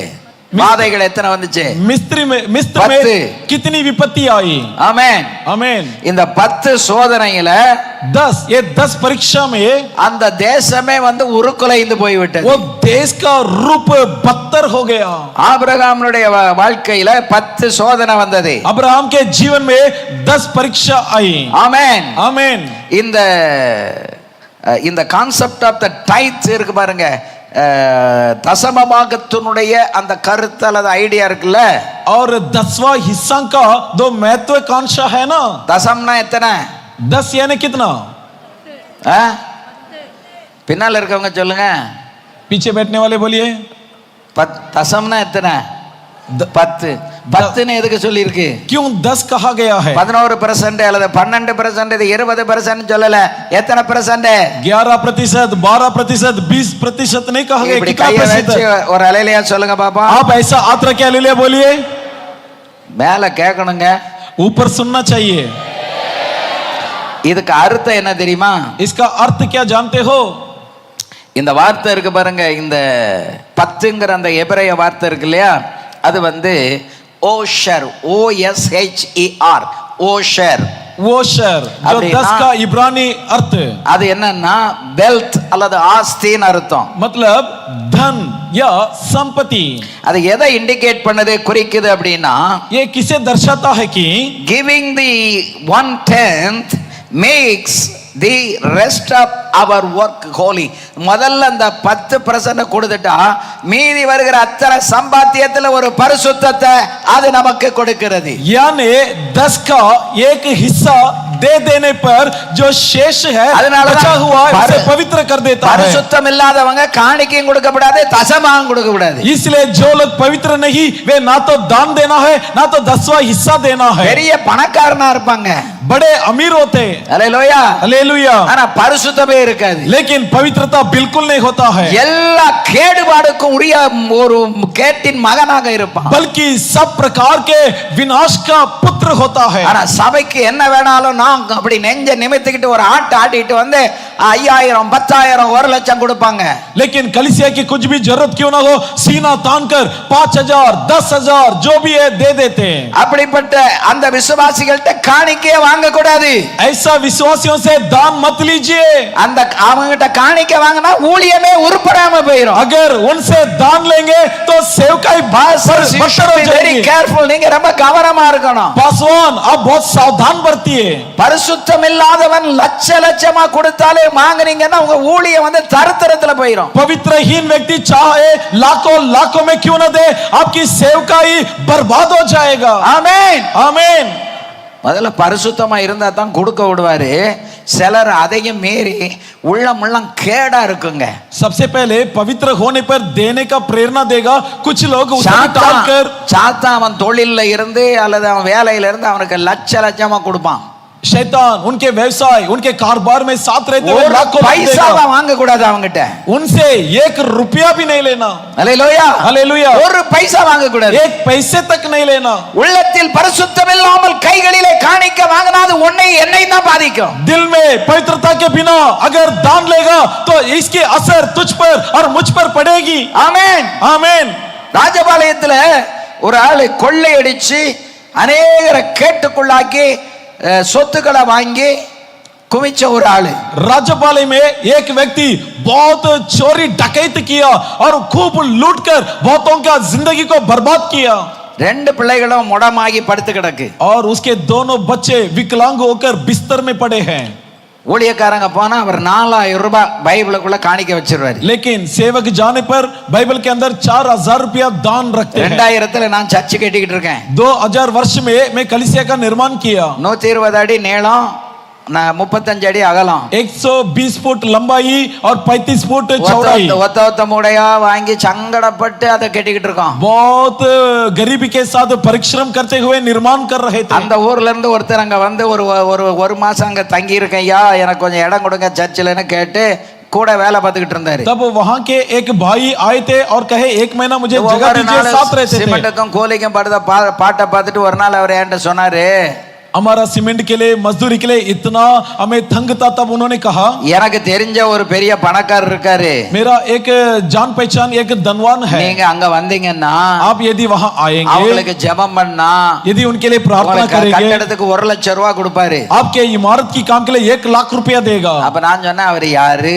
तब मैंने पूछा वो कौन है, என்ன எதனால அப்படி கொடுக்கறாரு, அப்படி கொஞ்சம் பேக்ரவுண்ட கேட்டேன். वो क्यों देता है। इस प्रकार मैंने उनसे, தென்னந்தோப்புக்கு ஏகப்பட்ட வருமானம் வருது, नारियल का बगीचा है, खूब आमदनी है, நிறைய கடைகள் கட்டி விட்டுருக்காரு, बहुत सारी उनके दुकानें हैं, வீடு வாடகைக்கு விட்டுருக்கு, बहुत सारे घर भाड़े पर दिया है। நான் சொன்னேன் இவ்வளவு வசதியா இருக்கவன்ட்ட போய் என்னத்தையா ஜெபம் பண்ண. अब मैंने कहा जब इतना धनवान है वहां जाकर मैं क्या प्रार्थना करूं। ஐயா 2 பிள்ளைகள் நடக்க முடியாம கால் விளங்காம ஒரு ரூம்ல ஏசி ரூம்ல போட்டு பூட்டி வச்சிருக்கு. போய் அங்க ஜெபம் பண்ண போனா ஒரு நேரம் போனா 4000 ரூபாய் காணிக்கை கொடுப்பாரு. भाई उनका 2 बच्चे जो विकलांग है, झोले के मारे बिस्तर में पड़े हैं, अगर कोई प्रार्थना करने के लिए जाएंगे तो उनके लिए 4000 रुपया देते हैं. அப்ப நான் சொன்னேன், அப்ப ஏதோ ஒரு சாபம் அந்த வீட்டுல இருக்குது அப்படின்னு. तब मैंने कहा यानी उस घर पर कुछ श्राप है. ஐயா அதெல்லாம் நம்ம என்னத்தை போட்டு பார்க்கணும், நம்ம போயிட்டு ஒரு ஜெபம் பண்ணிட்டு வருவோம். அவன் கார் எடுங்க நான் கூட பாறேன், போய் ஜெபம் பண்ணா உங்களை மாதிரி ஆட்களுக்கு 1 லட்சம் ரூபாய் தருவாங்க. भाई छोड़ दीजिए ना, श्राप का क्या करना है, आप जाइए, अगर आप जैसा व्यक्ति जाने पर प्रार्थना करने पर कम से कम 1 लाख रुपया दान देगा. உடனே கார் எடுத்துட்டு போயிட முடியுமா? क्या तुरंत गाड़ी लेकर हम जा सकते हैं? இன்னும் கொஞ்சம் அவர்கிட்ட சில வார்த்தைகளை போட்டு அவர் உள்ள இருதயத்தில் இருக்கிறதெல்லாம் அவரை பத்தி வாங்கினேன். और भी उस व्यक्ति के बारे में, इस व्यक्ति के मन से मैंने कुरे देने लगा. ஒருத்தனை பச்சை மட்டையில அடிச்சு கொலை பண்ணியிருக்காரு அந்த ஆளு. क्योंकि एक व्यक्ति को उसने हरा बल्ले से मारकर मरवाया அபகரிச்சிருக்காரு और बोतेरे के संपत्ति को इसने चुराया है. ஆனா பணம் வந்து குமியுது, लेकिन आमदनी भरपूर है. நான் சொன்னேன், मैंने कहा 10 லட்சம் கொடுத்தாலும் அந்த வீட்டு வாசல்ல கால் மிதிக்க கூடாது. அப்ப அவர் ஒரு வார்த்தை சொன்னாரு, 10 लाख रुपया भी दे उस घर पर पैर नहीं रखना. तब उसने एक शब्द कहा. ஒரு நாள் பிச்சை எடுக்கிற ஒரு அம்மா வந்து அப்படியே இல்ல ஒரு ஆண் ஒரு பிச்சைக்காரர் வந்து அப்படியே அம்மா பிச்சை போடுங்கன்னு காலையில பிச்சை எடுத்துக்கிட்டே வந்தாராம். एक दिन सुबह एक भिखारी भीख डालो बोलकर भीख मांगते हुए आया.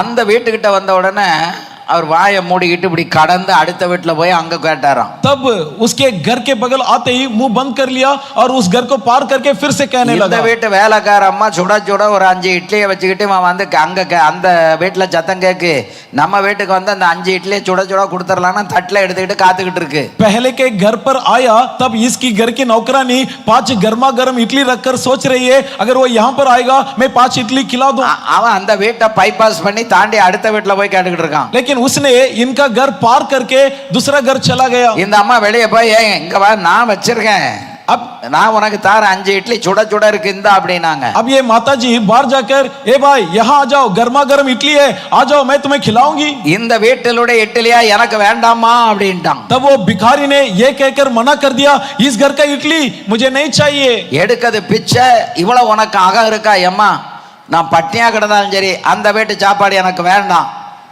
ஒரே வார்த்தையில சொல்லிட்டு போயிட்டான். कहती है तू तो भिखारी है, भीख लेता है, इतना घमंड क्यों? तब उसने कहा मैं भूखा रह जाऊं लेकिन तुम्हारे घर का इडली मुझे नहीं चाहिए. That home is identified with all the iniquities. அக்கிரமத்தின் வீடாக அடையாளப்படுத்தப்பட்டிருக்கிறது. क्योंकि उस घर का पहचान उनके अधर्म से चिन्हित किया गया. ஒரு பிச்சைக்காரன் கூட அங்க பிச்சை வாங்க மறுக்கிறான். நீங்களும் நானும் அருமையான தேவ மக்களே இப்படிப்பட்டவங்கள்ட்ட போய் என்ன செய்ய கூடாது? சொல்லுங்க, சத்தமா சொன்னா போன உடனே வாங்கணும்னு நினைக்கலாம். एक भिखारी தொலிய உரிச்சிருவாரு ஆண்டவரே. அல்லேலூயா हालेलुया. அதனாலதான் பெந்தெகோஸ்து சபைக்குள்ள அக்கிரமக்காரன் பெரிய நிக்கான். इसलिए पेंतेकोस्त कलीसिया காணிக்கை கொடுக்கிறவன் பெரிய ஆளாயிருவான். இல்ல பரிசுத்தவானா இருக்கிறவன் 10 ரூபாய் கொடுத்தாலும் அதுக்கு தான் ஆண்டவர் மதிப்பு கொடுக்கிறாரு. जी हाँ, गरीब व्यक्ति अगर 10 रुपया भी देता है तो परमेश्वर उनका सम्मान करता है. அல்லேலூயா हालेलुया அல்லேலூயா हालेलुया. அக்கிரமக்காரனோ துன்மார்க்கனோ அடுத்தவனை கொள்ளையடிக்கவனோ நீதி இல்லாதவன் உண்மை இல்லாதவன் பரிசுத்தம் இல்லாதவனோ வெள்ளச்சாலை கட்டிக்கிட்டு ஆராதனைக்கு வந்தா ஆவியானவரை புடனையை பிடிச்சு தள்ளிடுவாரு. நீங்க நினைக்கிறீங்க இப்ப ஒண்ணு நடக்கலையே, நடக்கும். अधर्मी, दुष्ट और जो गंदा गलत काम करता है वो लोग चाहे क्यों ना सफेद पहनकर आ जाए, लेकिन परमेश्वर उन्हें गर्दन पकड़कर बाहर फेंक देगा. என் சபையில நடந்தது, मेरा कलीसिया में हुआ, அனுபவத்தோட நான் பேசிட்டு இருக்கேன். इसलिए मैं कह रहा हूं கவனமாயிருங்க, सावधान रहिए. கொடுக்கிறவங்களும் கவனமா இருக்கணும், வாங்குறவங்களும் கவனமா இருக்கணும். देने वाले सावधान रहो, लेने वाले सावधान रहो. உங்களை மதிக்காத ஒரு வீட்ல போய் காணிக்கை கை நீட்டி வாங்கக்கூடாது. जिस घर पर तुम्हारी इज्जत नहीं की जाती वहां நீங்க जाकर எல்லாரும் दान नहीं அழைக்கப்பட்டவங்க. लेना. आप सब बुलाए हुए. அல்லேலூயா हालेलुया. நீங்க யாரு? आप कौन है? சொல்லுங்க. बताइए. அழைக்கப்பட்டவங்க. बुलाए हुए. அவனும் கேடு, அவன் பணமும் கேடு, அது ஊழியத்தை நாசப்படுத்தி. वो खुद विनाश है, उसका धन विनाश है, वो सेवकाई को बर्बाद कर देगा. ஆமென் आमीन. அல்லேலூயா. हालेलुया. இந்த 1/10 அப்படிங்கிறதுக்கும் அதுக்குள்ள இந்த எபிரேய அர்த்தம் அதுதான். 10 का एक हिस्सा, ये इब्रानी अर्थ इसकी यही है। உன்னுடைய ஆஸ்தியில तेरी நீ பரிசுத்தமா இருந்து ஆண்டவருக்கு கொடுக்கணும். अपनी संपत्ति में तू पवित्र व्यवहार करते हुए जिसमें से परमेश्वर को दे। ஈசர் ESER அது மாதிரி ஓஷர் OSHER ईसर, ओसर, வெல்த் அல்லது ரிச்சஸ் ஆஸ்தி ஐஸ்வர்யம். अमीर, धन। இதனுடைய முக்கியமான அர்த்தம் இது. அந்த 10 அப்படிங்கிற ரெண்டாவது 9 வரைக்கும் சிங்கிள் டிஜிட், 10 வந்தவனா டபுள் டிஜிட் ஆயிரும். और 9 तक एक अंक, 10 आने पर 2 अंक। ஒரு நியூ லெவல் ஆஃப் மெச்சூரிட்டி, ஒரு புதிய விதமான ஒரு தேர்ச்சி அங்கே உண்டாகிறது என்பதை 10 என்கிற எண் நமக்கு தெரிவிக்கிறது. ये 10 अंक क्या दर्शाता है? एक परिपक्वता को दर्शाता है। அந்த யூதருடைய பாரம்பரியத்துல 10 அப்படிங்கிறதுக்கு ரொம்ப ரொம்ப முக்கியம். और यहूदियों के रिवाज के मुताबिक 10 अंक अति महत्वपूर्ण है। அல்லேலூயா, हालेलुया, ஆமென். आमीन। இரண்டாவது செயல். दूसरा कर्म। இந்த உணவுல எவ்வளவு முக்கியத்துவம் இருக்கு அந்த 10 நாள் அளவும். அல்லேலூயா, हालेलुया।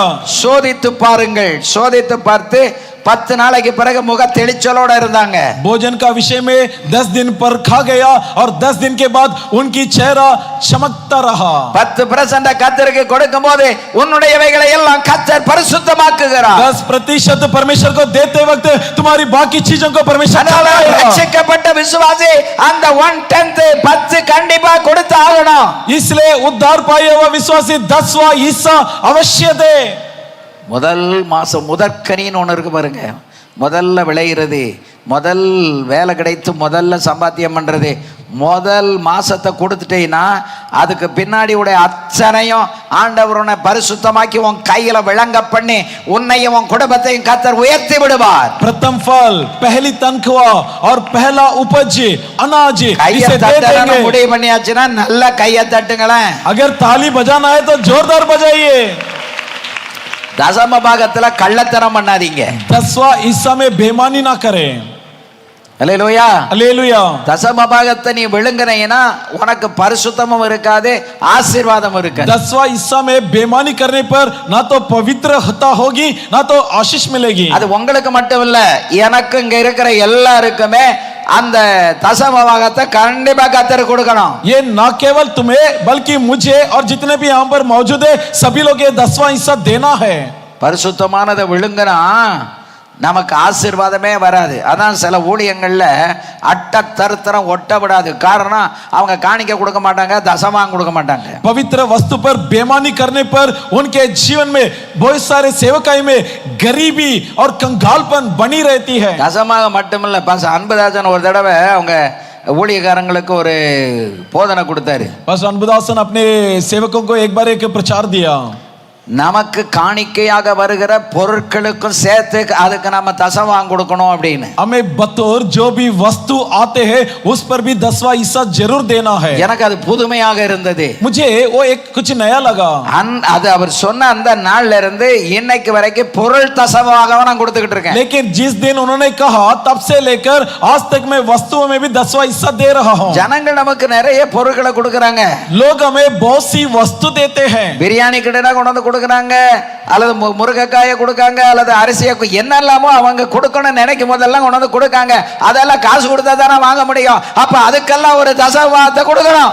चावल, सब्जी, सहजन बहुत कुछ देते हैं। ये सब धन के बिना खरीद नहीं सकता, इसलिए उन वस्तुओं में भी हम 10वां हिस्सा जरूर देना है।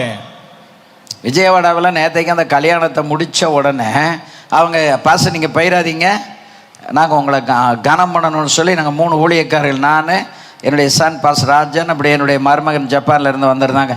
3 பேரையும் அவங்க கனப்படுத்தி இந்த சால்வை பற்ற வந்தாங்க. நீங்கள் அவங்களுக்கு பத்துங்க, நான் அதுக்கு எதிரி. நீங்கள் கையில் தந்துருங்க, இந்த சால்வையை விட டர்க்கி டவல் வாங்கி தந்தால் நான் யூஸ் பண்ணிக்கிடுவேன்னு சொல்லிவிட்டு அதை கையில் வாங்கிக்கிட்டு அப்போ வந்து பேண்ட்டு, ஷர்ட்டு, பாசமாக்கு ஒரு சேலை இவ்வளோத்தையும் எடுத்து கொடுத்து காணிக்கையும் கொடுத்து கனப்படுத்தினாங்க. कल विजयवाड़ा में शादी खत्म होने के बाद उन्होंने कहा पासवान आप रुकिए मत जाइए, हम आपको आदर करना चाहते। तब मैं था, मेरा बेटा था और मेरा दामाद थे। तब शाल ओढ़ने के लिए आया, मैं तो शाल ओढ़ने के खिलाफ हूँ, इसलिए उनसे उन्होंने बोला कई सारे कपड़े वस्त्र देकर और उन्होंने मुझसे कहा था कि हम आपको आदर करना चाहते हैं। இப்போ தசமாக கொடுக்கும் பண்ணும்போது இதுக்கெல்லாம் கணக்கு போட்டு தசமாத்துல ஏத்தணும், பொருள் தசமாத்துல. अब 10वां हिस्सा का हिसाब लगाए तो इन सारी वस्तुओं का हिसाब भी लगाना है. பார்த்து பார்த்து கொடுத்தா என் தேவன் உன்னை பார்த்து பார்த்து ஆசீர்வதிப்பார். अगर देख देख करके ஒரு देखो तो நாள் परमेश्वर பொருளாதாரத்துல आशीष உன் பின்தங்க விடவே மாட்டாரு. करेगा. आर्थिक दशा में तुम्हारी दुर्दशा कभी ना होगी. தசமாம் கொடுக்கணுமாங்க, அப்படி சட்டம் இருக்காங்க, காணிக்க கொடுக்கணுமாங்க, இப்படியே நீ வாங்கணும்னா நீ வாங்கணும் உழைச்சாலும் ஒன்னும் தங்காது. क्या कोई नियम है 10वां हिस्सा देने का? कोई नियम विधि है? ऐसा कहने पर चाहे आप कितना भी परिश्रम करें, मेहनत करें, लेकिन प्रतिफल नहीं मिलेगा और जमेगा नहीं. பாஸ்டர் மாட்ட இதை கேட்ட உடனே பாஸ்டர் அன்புதாஸ் இப்படி போதிச்சுட்டு இருக்காருமா, இந்த மாசத்துலேருந்து நம்மளும் பொருள் தசமாக கொடுக்கணும், இப்படி பொருட்களாக வர்றதை நீ ஒரு நோட்டில் குறித்து வை, மாத கடைசியில் அது எவ்வளோன்னு கணக்கு பார்த்து அதை நம்ம கொண்டு போய் கொடுக்கணும், தசமாத்தோடு சேர்த்து கொடுக்கணும் அப்படின்னு சொன்னேன். பாஸ்டர்மா சொன்னாங்க, எனக்கு இருக்கிற வேலையில் இது வேறையா, எங்க கத்தருக்கு தானங்க கொடுக்க போகிறோம், அதுக்கு கணக்கு பார்த்தா கொடுக்கணும், நீங்க குட்டு மதிப்பா கூடுதலே கொடுங்க, யாரு கேட்கா, கொடுக்க கொடுக்க கத்தர் இன்னும் தருவாரு அப்படின்னாங்க. पास्टर अनबुदास का प्रचार सुनने के बाद में पास्टर अम्मा से कहा कि आप जितना भी वस्तु आते हैं उसका भी लेकर रखिए, उसका भी हिसाब रखिए ताकि हमें उससे भी 10वां हिस्सा दे. तब पत्नी ने कहा कि इस सबके लिए मुझे समय नहीं, इसलिए परमेश्वर के लिए देने में हिसाब ना लगाइए, जो मन करे उससे भी बढ़कर उससे भी ज्यादा दीजिए, तब परमेश्वर हमें अपार तौर पे आशीषित करेगा. இதுவரைக்கும் நான் போதிக்காத ஒரு புது சத்தியத்தை அவர் போதித்துக் கொண்டு வந்தார். एक नई सच्चाई को उसने प्रचार किया जिसकी प्रचार मैंने इससे पहले कभी ना किया. புதிதாக ஒன்றை கேட்டால் அதை நம்ம பின்பற்றணுமா வேண்டாமா? अगर एक नया सच्चाई को हम सुनते तो जिसकी पालन करना है या नहीं? கையை உயர்த்தி ஆமென் சொல்லுங்க. हाथ उठाकर आमीन बोलिए. இந்த மாசத்துல இருந்து பொருள் தசமாவும் கொடுப்பீங்களா? क्या इस महीने से वस्तु की 10वां हिस्सा देंगे? சொல்றாங்க, ரெண்டு கையை உயர்த்தி ஆமென் சொல்லுங்க பாப்போம். जी हाँ, देंगे बोलने वाले दोनों हाथ उठाकर आमीन बोलिए. ஒண்ணு போல சொல்லுங்க, एक साथ बोलिए. நீ ஒரு மடங்கு கொடுத்தா என் தேவன் உனக்கு 1000 மடங்கு திரும்ப கொடுப்பார். உபாகமம் 1:11. व्यवस्था நீ विवरण ஒரு மடங்கு கொடுத்தால் உனக்கு 1000 மடங்கு திரும்பி கொடுக்கிற தேவன் அவர். व्यवस्था विवरण 1:11 में यदि तू 1 गुना देगा तो तुझे 1000 गुना देने वाला परमेश्वर मेरा. ஆமென். आमीन. இரண்டாவது நம்மை அடையாளப்படுத்துவது நம்முடைய செயல்கள், the activities are the action. दूसरा हमारी चिन्हित क्या करवाता है? हमारा काम, हमारा कर्तव्य. இந்த செயல் நீங்க என்ன செய்ய விரும்புறீங்கங்கறத வெளிப்படுத்தும். हमारा काम आप क्या करने का इच्छुक है जिसे दर्शाता எதிர்காலத்தினுடைய है. தரிசனத்தையும் அதுல வெளிப்படுத்தும். आपके भविष्य का दर्शन को दर्शाता है. மோசே எடுத்துக்கொண்டா मूसा का उदाहरण लीजिए. அப்போஸ்தலர் 7:22 சொல்லி இருக்கு பாருங்க. प्रेरितों के काम 7:22 में लिखा है, மோசே எகிப்தியருடைய சகல சாஸ்திரங்களிலும் கற்பிக்கப்பட்டு வாக்கிலும் செய்கையிலும் வல்லவனானான். मूसा मिस्र के सारी विद्या में शिक्षित हुआ और कर्म में और कामों में बलवंत हुआ. ஆமென். आमीन.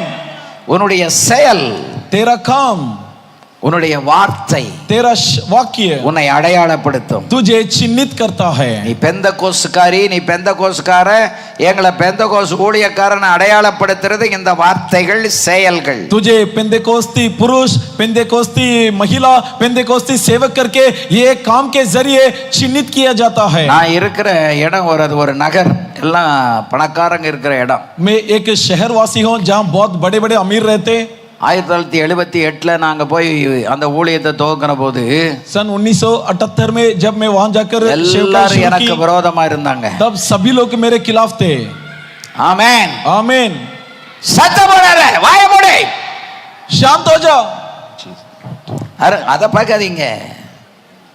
அதாவது வார்த்தைகள் வரும் பொழுது, ஆவியானவர் அசைவாடும் பொழுது, சத்துரு இருந்தா சத்துருக்கு பொறுக்க முடியாது. यानी वचन आते समय, आत्मा टहलते समय शत्रु बर्दाश्त नहीं कर पाएगा. ஆமென். आमीन. எனக்கு பயங்கர எதிர்ப்பு இருந்துச்சு. मुझे बहुत ही विरोध था. நான் யாருக்கு விரோதமா எந்த ஒரு வார்த்தையும் பேசாம மௌனமா வாயை மூடிக்கிட்டு, அப்ப என்கிட்ட ஸ்கூட்டர் கிடையாது, பைக்கு கிடையாது, காரு கிடையாது, பஸ்ஸில் தான் போகணும் வரணும், அந்த தலைக்கு கவர்ந்துக்கிட்டே அவங்க வீடுகளை தாண்டி போவேன் வருவேன். उस समय मेरे पास ना स्कूटर था, ना बाइक था, ना गाड़ी थी, इसलिए किसी से कुछ नहीं बोलता, किसी का विरोध नहीं करता, सिर झुकाते हुए चलता आता फिरता.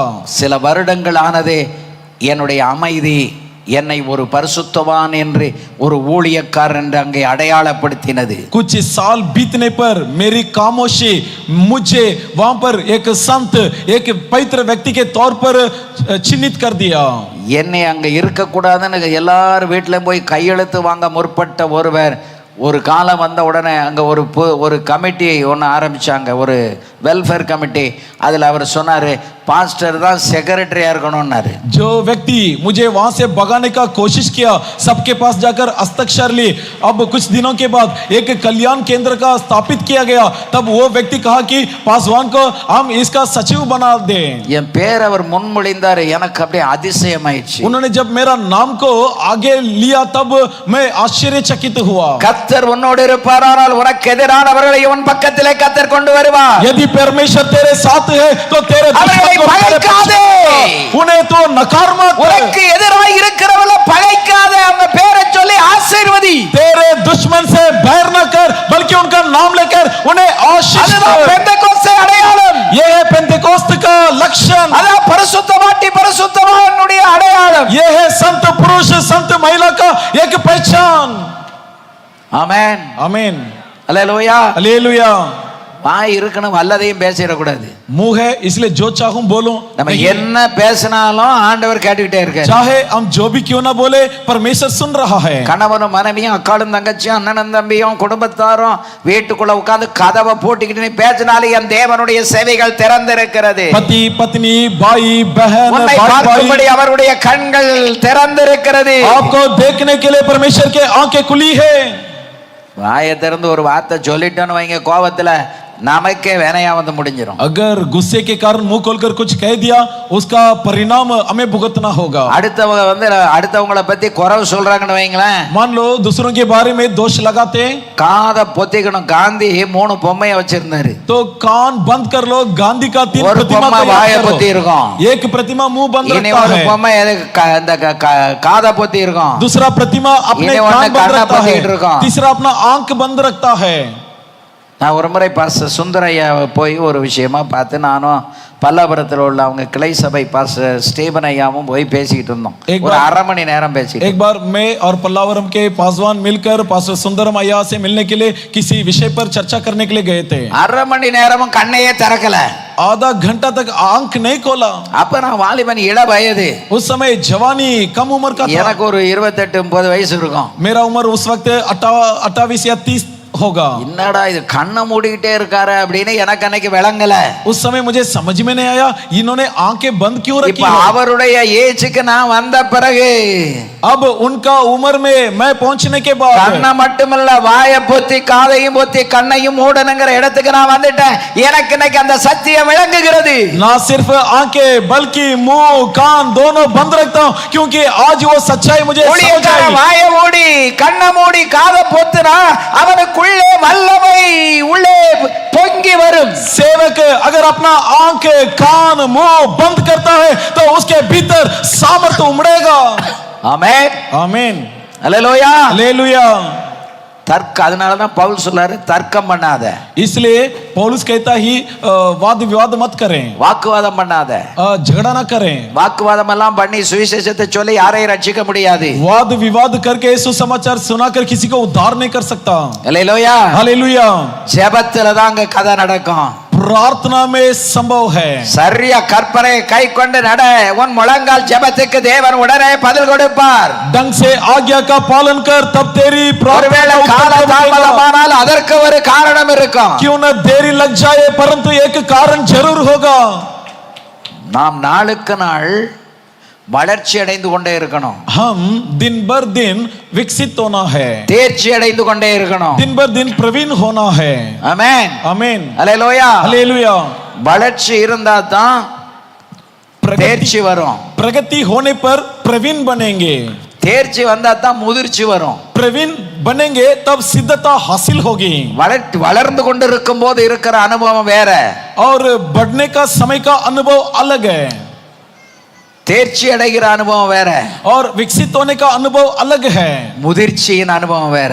और सिद्ध होने का अनुभव अलग है. நான் பாஸ்டர் ராஜேந்திர ஐயா கூட என்னுடைய ஆவிக்குரிய தகப்பனோட 45 ஆண்டுகள் அசிஸ்டண்டா இருக்கும்போது வளர்ந்து கொண்டே வந்தேன். जब मेरे आत्मिक पिता पास्टर राजेंद्रन के साथ 45 वर्षों से रहा, तब मैं बढ़ते आया. பல நாடுகளுக்கு இந்த இந்தியாவில் பல மாநிலங்களுக்கு ஊழியங்களுக்கு 2 பேரும் போனோம். कई राष्ट्रों में, भारत के कई प्रांतों में दोनों मिलकर हम सेवा के लिए जाते थे. அதெல்லாம் என்னுடைய வளர்ச்சியின் காலங்கள். वो सब मेरे बढ़ने का समय था. அதுக்கு பிறகு ஒரு காலம் வந்தது, उसके बाद एक समय आया, தேர்ச்சி. प्रवीण. தேர்ச்சி அடைகிற காலத்துல தான் சோதனை, வியாதி, கஷ்டம், நெருக்கம் இதெல்லாம் நம்மை தேர்ச்சிக்காக கர்த்தர் பயன்படுத்துகிறார். हमें प्रवीण बनाने के लिए, होने के लिए प्रभु परीक्षा, संकट, तकलीफ, क्लेश, சோதனையும் வேதனையும் வியாதியும் வரும் பொழுது அமைதலாய் இரு, அது உன்னை அது தேர்ச்சி அடைகிற காலம். परेशानी, तकलीफ, क्लेश आते समय खामोश रह, क्योंकि तुझे प्रवीण बनाने का वक्त है. அதுக்கு அடுத்த ஒரு காலம் இப்ப வந்திருக்கு. उसका अगला एक युग अब आया है. 2014 அக்டோபர் 25ஆம் தேதி என்னுடைய ஆவிக்குரிய தகப்பனார் மரித்து விட்டார். अक्टूबर 25 2014 में मेरे आत्मिक पिता का देहांत हुआ. அவர்கள் மரித்த உடனே எனக்குள்ளே ஒரு வெறுமை, ஒரு உணர்வு என்ன தெரியுமா? उनका मरने पर मेरे अंदर एक शून्यता जगा. क्या मालूम है? இனி எனக்கு பாஸ்டர் என்னைய பார்த்து கேக்குறாங்க ஒரு நாள், एक दिन पास्टर अम्मा ने मुझसे पूछा, இனி எது ஒண்ணுனாலும் பாஸ்டர்ட்ட போய் ஆலோசனை கேட்பீங்களே, कुछ भी बात हो आप जाकर पास्टर से सलाह लेते थे, இனி யாருக்கிட்ட போய் ஆலோசனை கேட்பீங்கன்னு ஒரு வார்த்தையை போட்டாங்க. तब उन्होंने पूछा अब आप जाकर किससे सलाह लेंगे? ஸ்தம்பித்து அப்படியே நின்னுட்டேன். तब मैं चकित हो गया.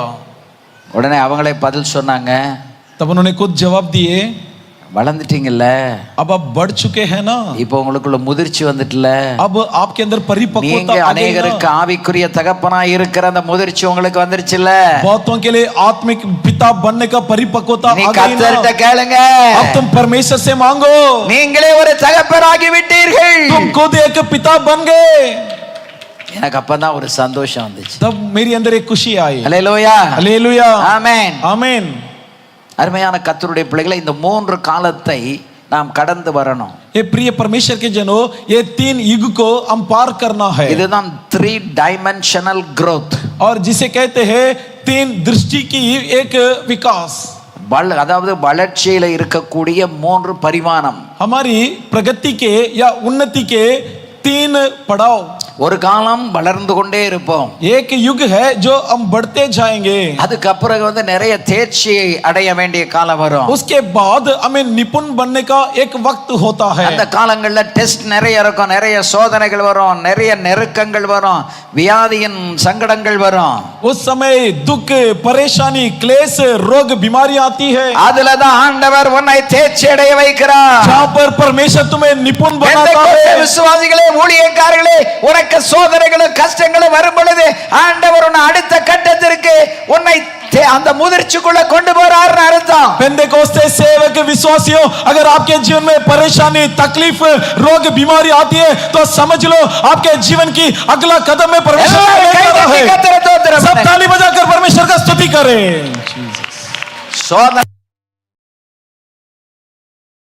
வியாதியில புலம்பாத, दुख दर्द में बुड़बुड़ाना नहीं.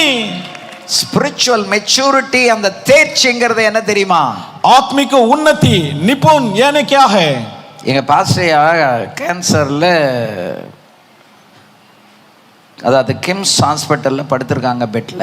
हमारे पासवान कैंसर के चलते किम्स अस्पताल में लेटे हुए थे. நான் காலையில 9 மணியில இருந்து சாயங்காலம் 6 மணி வரைக்கும் அவங்க பக்கத்திலே இருக்கணும், அதான் எனக்கு டியூட்டி. और मेरा काम क्या था? सुबह 9 बजे से शाम को 6 बजे तक उनके पास बैठना था. உபவாச ஜெபம் நடத்துறதுக்கு வியாழக்கிழமை நைட்டு வருவேன், வெள்ளிக்கிழமை உபவாச ஜெபம் முடிஞ்சு 7 மணிக்கு அங்க போயிடுவேன். उपवास की प्रार्थना संचालित करने के लिए गुरुवार रात चला जाता था और शुक्रवार सुबह वहां पर उपस्थित हो जाता था. சனிக்கிழமை ராத்திரி வீட்டுக்கு வருவேன், शनिवार रात घर लौटता था. ஆராதனையை முடிச்சு கிட்டத்தட்ட 2 மணிக்கு புறப்பட்டு 7 மணிக்கு அங்க போயிடுவேன். आराधना समाप्त करके 2 बजे रवाना करता और लगभग 7 बजे वहां पर पहुंच जाता. ஒரு நாள் ஒரு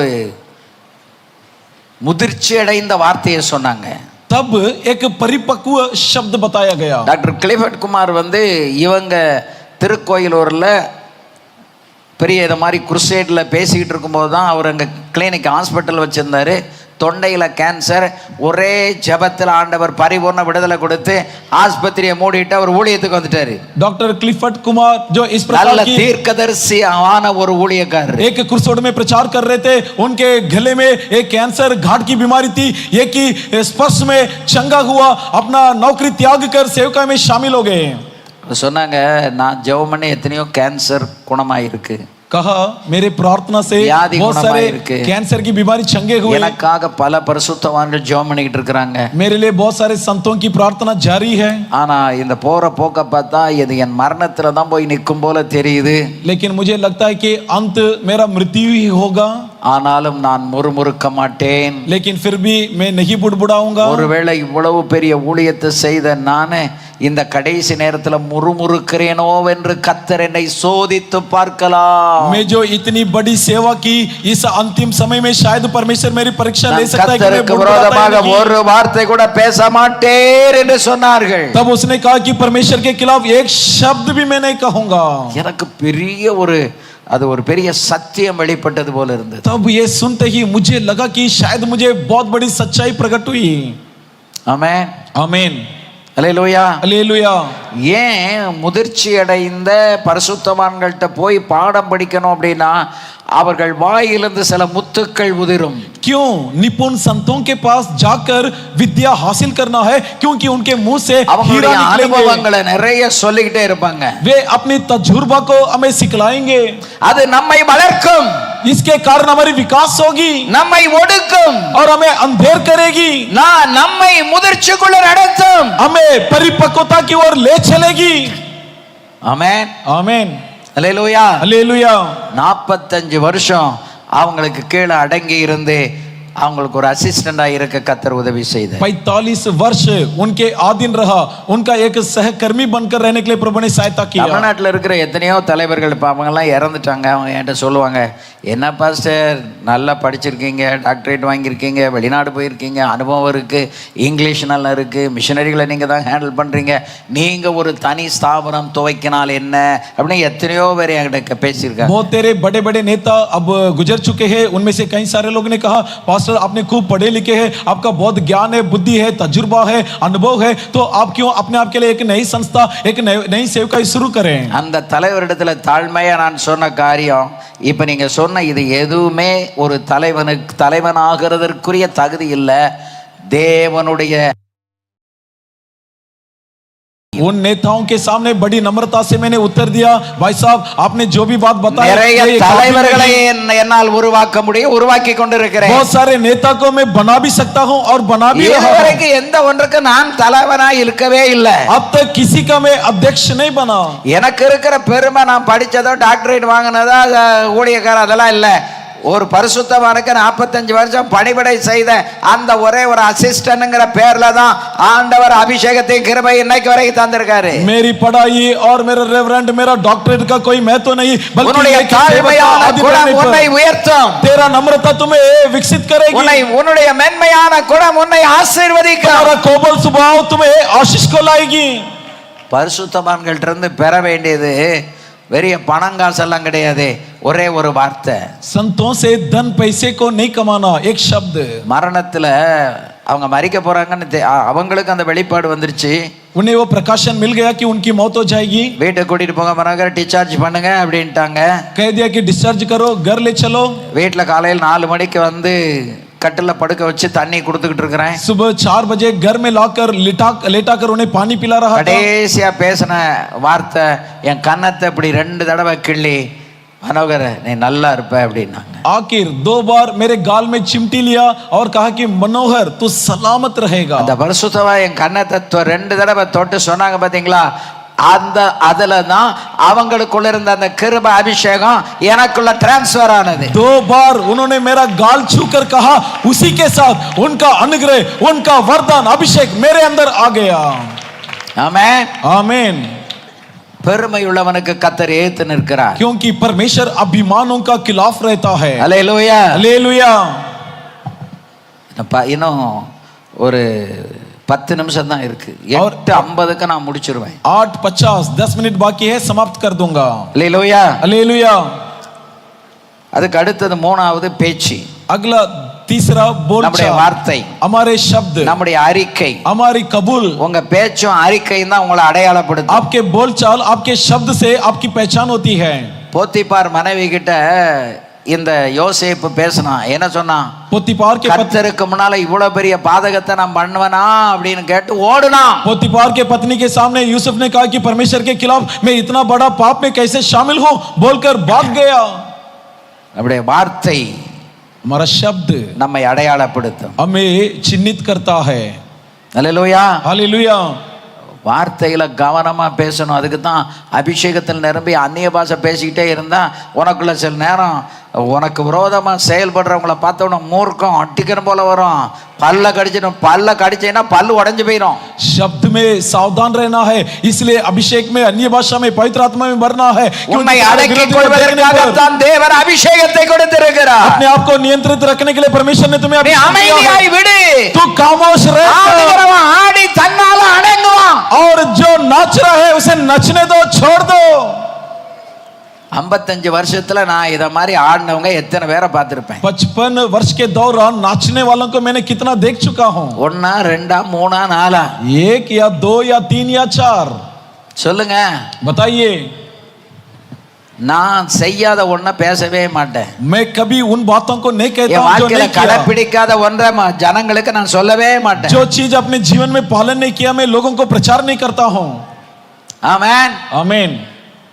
செய்கை தாங்க நமக்கு சாட்சி, நம்மளை அடையாளப்படுத்தும். जी हाँ, हमारे शब्द हमें चिन्हित करता है. வார்த்தையில கவனமா இருக்கணும். वचन में सावधान रहिए. கண்டதையும் பேசிட்டு கோவப்பட்டுட்டு எரிச்சப்பட்டுட்டு அப்புறம் பிசாசு போய் இயேசுவின் நாமத்துல போ அப்படின்னா பவுலும் தெரியும், பேதுருவும் தெரியும். நீ யாரு கேட்பானா கேட்க மாட்டானா? मनमानी करते हुए, गुस्सा करते हुए, क्रोध करते हुए फिर जाकर यीशु के नाम से निकल जाओ, तब शैतान पूछेगा ஒரு तू कौन? வார்த்தைக்கு அவ்வளவு பெரிய வல்லமையை கர்த்தர் வச்சிருக்காரு. तेरा வரிசையில் நம்ம இருக்க கூடாது. धोखा देने वाले, फंसाने वाले पंक्ति में नहीं हो. சாந்தமுள்ள ஆவி உடையவர்களாக இருக்க.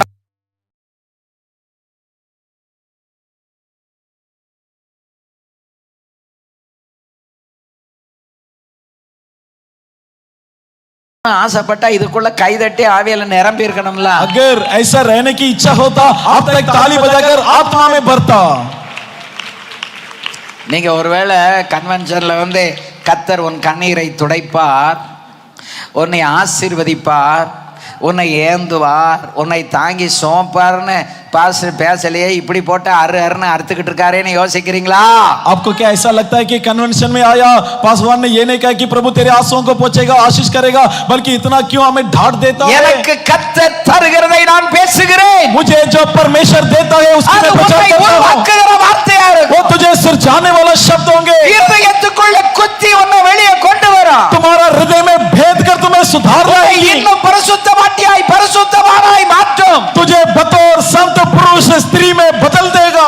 ஆமென். आमीन. दुकाला राधिया राकबा सोथारा राबौकबा संथलबा रियारा कबाला रदियारा हम्बरबा शबारियारबा. செயல், உன்னுடைய தோற்றம், உன்னுடைய செயல், உன்னுடைய பேச்சு. 4வது ஆவிக்குரிய வாழ்க்கை. இந்த ஆவிக்குரிய வாழ்க்கைக்குள்ள 3 இருக்குது.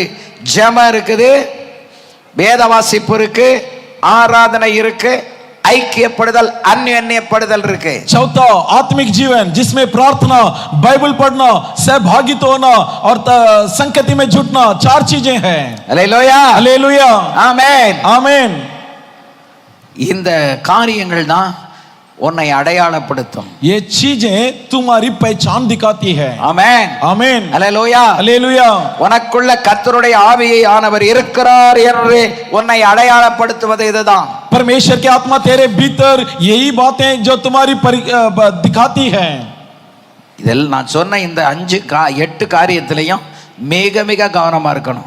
ஐக்கியம். இன்னைக்கு பெந்தகோஸ்ல முக்கி பேசுறது ஐக்கியம், அன்பு, அந்யோன்யம். ஆனா இந்த 3 இன்னைக்கு இல்ல. मैंने जो 8 बातें बताई, आजकल पेंतेकोस्ती कलीसिया में ये संगति, एकता, एक मन, ये आजकल बिल्कुल नहीं है.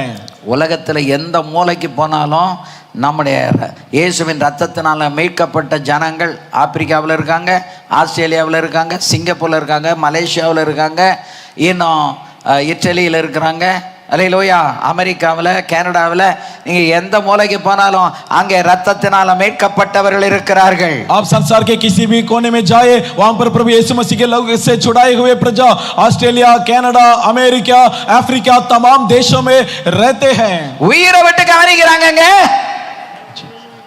அவங்க மாமனும் இல்ல, மச்சானும் இல்ல, சொக்காரனும் இல்ல, பங்காளியும் இல்ல. देखिए, उनके साथ हमारा ना कोई रिश्ता, ना कोई नाता, ना कोई संबंध है. மாம்சத்துக்கு அதுக்கு சம்பந்தம் இல்ல. शारीरिक रीति से उनसे ஆனா कोई நாம் संबंध எல்லாரும் नहीं. ஆவிக்குரிய பங்காளிகள். परंतु हम सब आत्मिक हिस्सेदार हैं. பங்காளி, उद्धार में हिस्सेदार ஆவியானவருடைய हैं. பங்காளிகள். आत्मिक हिस्सेदार हैं. ஹalleluya, हालेलुया.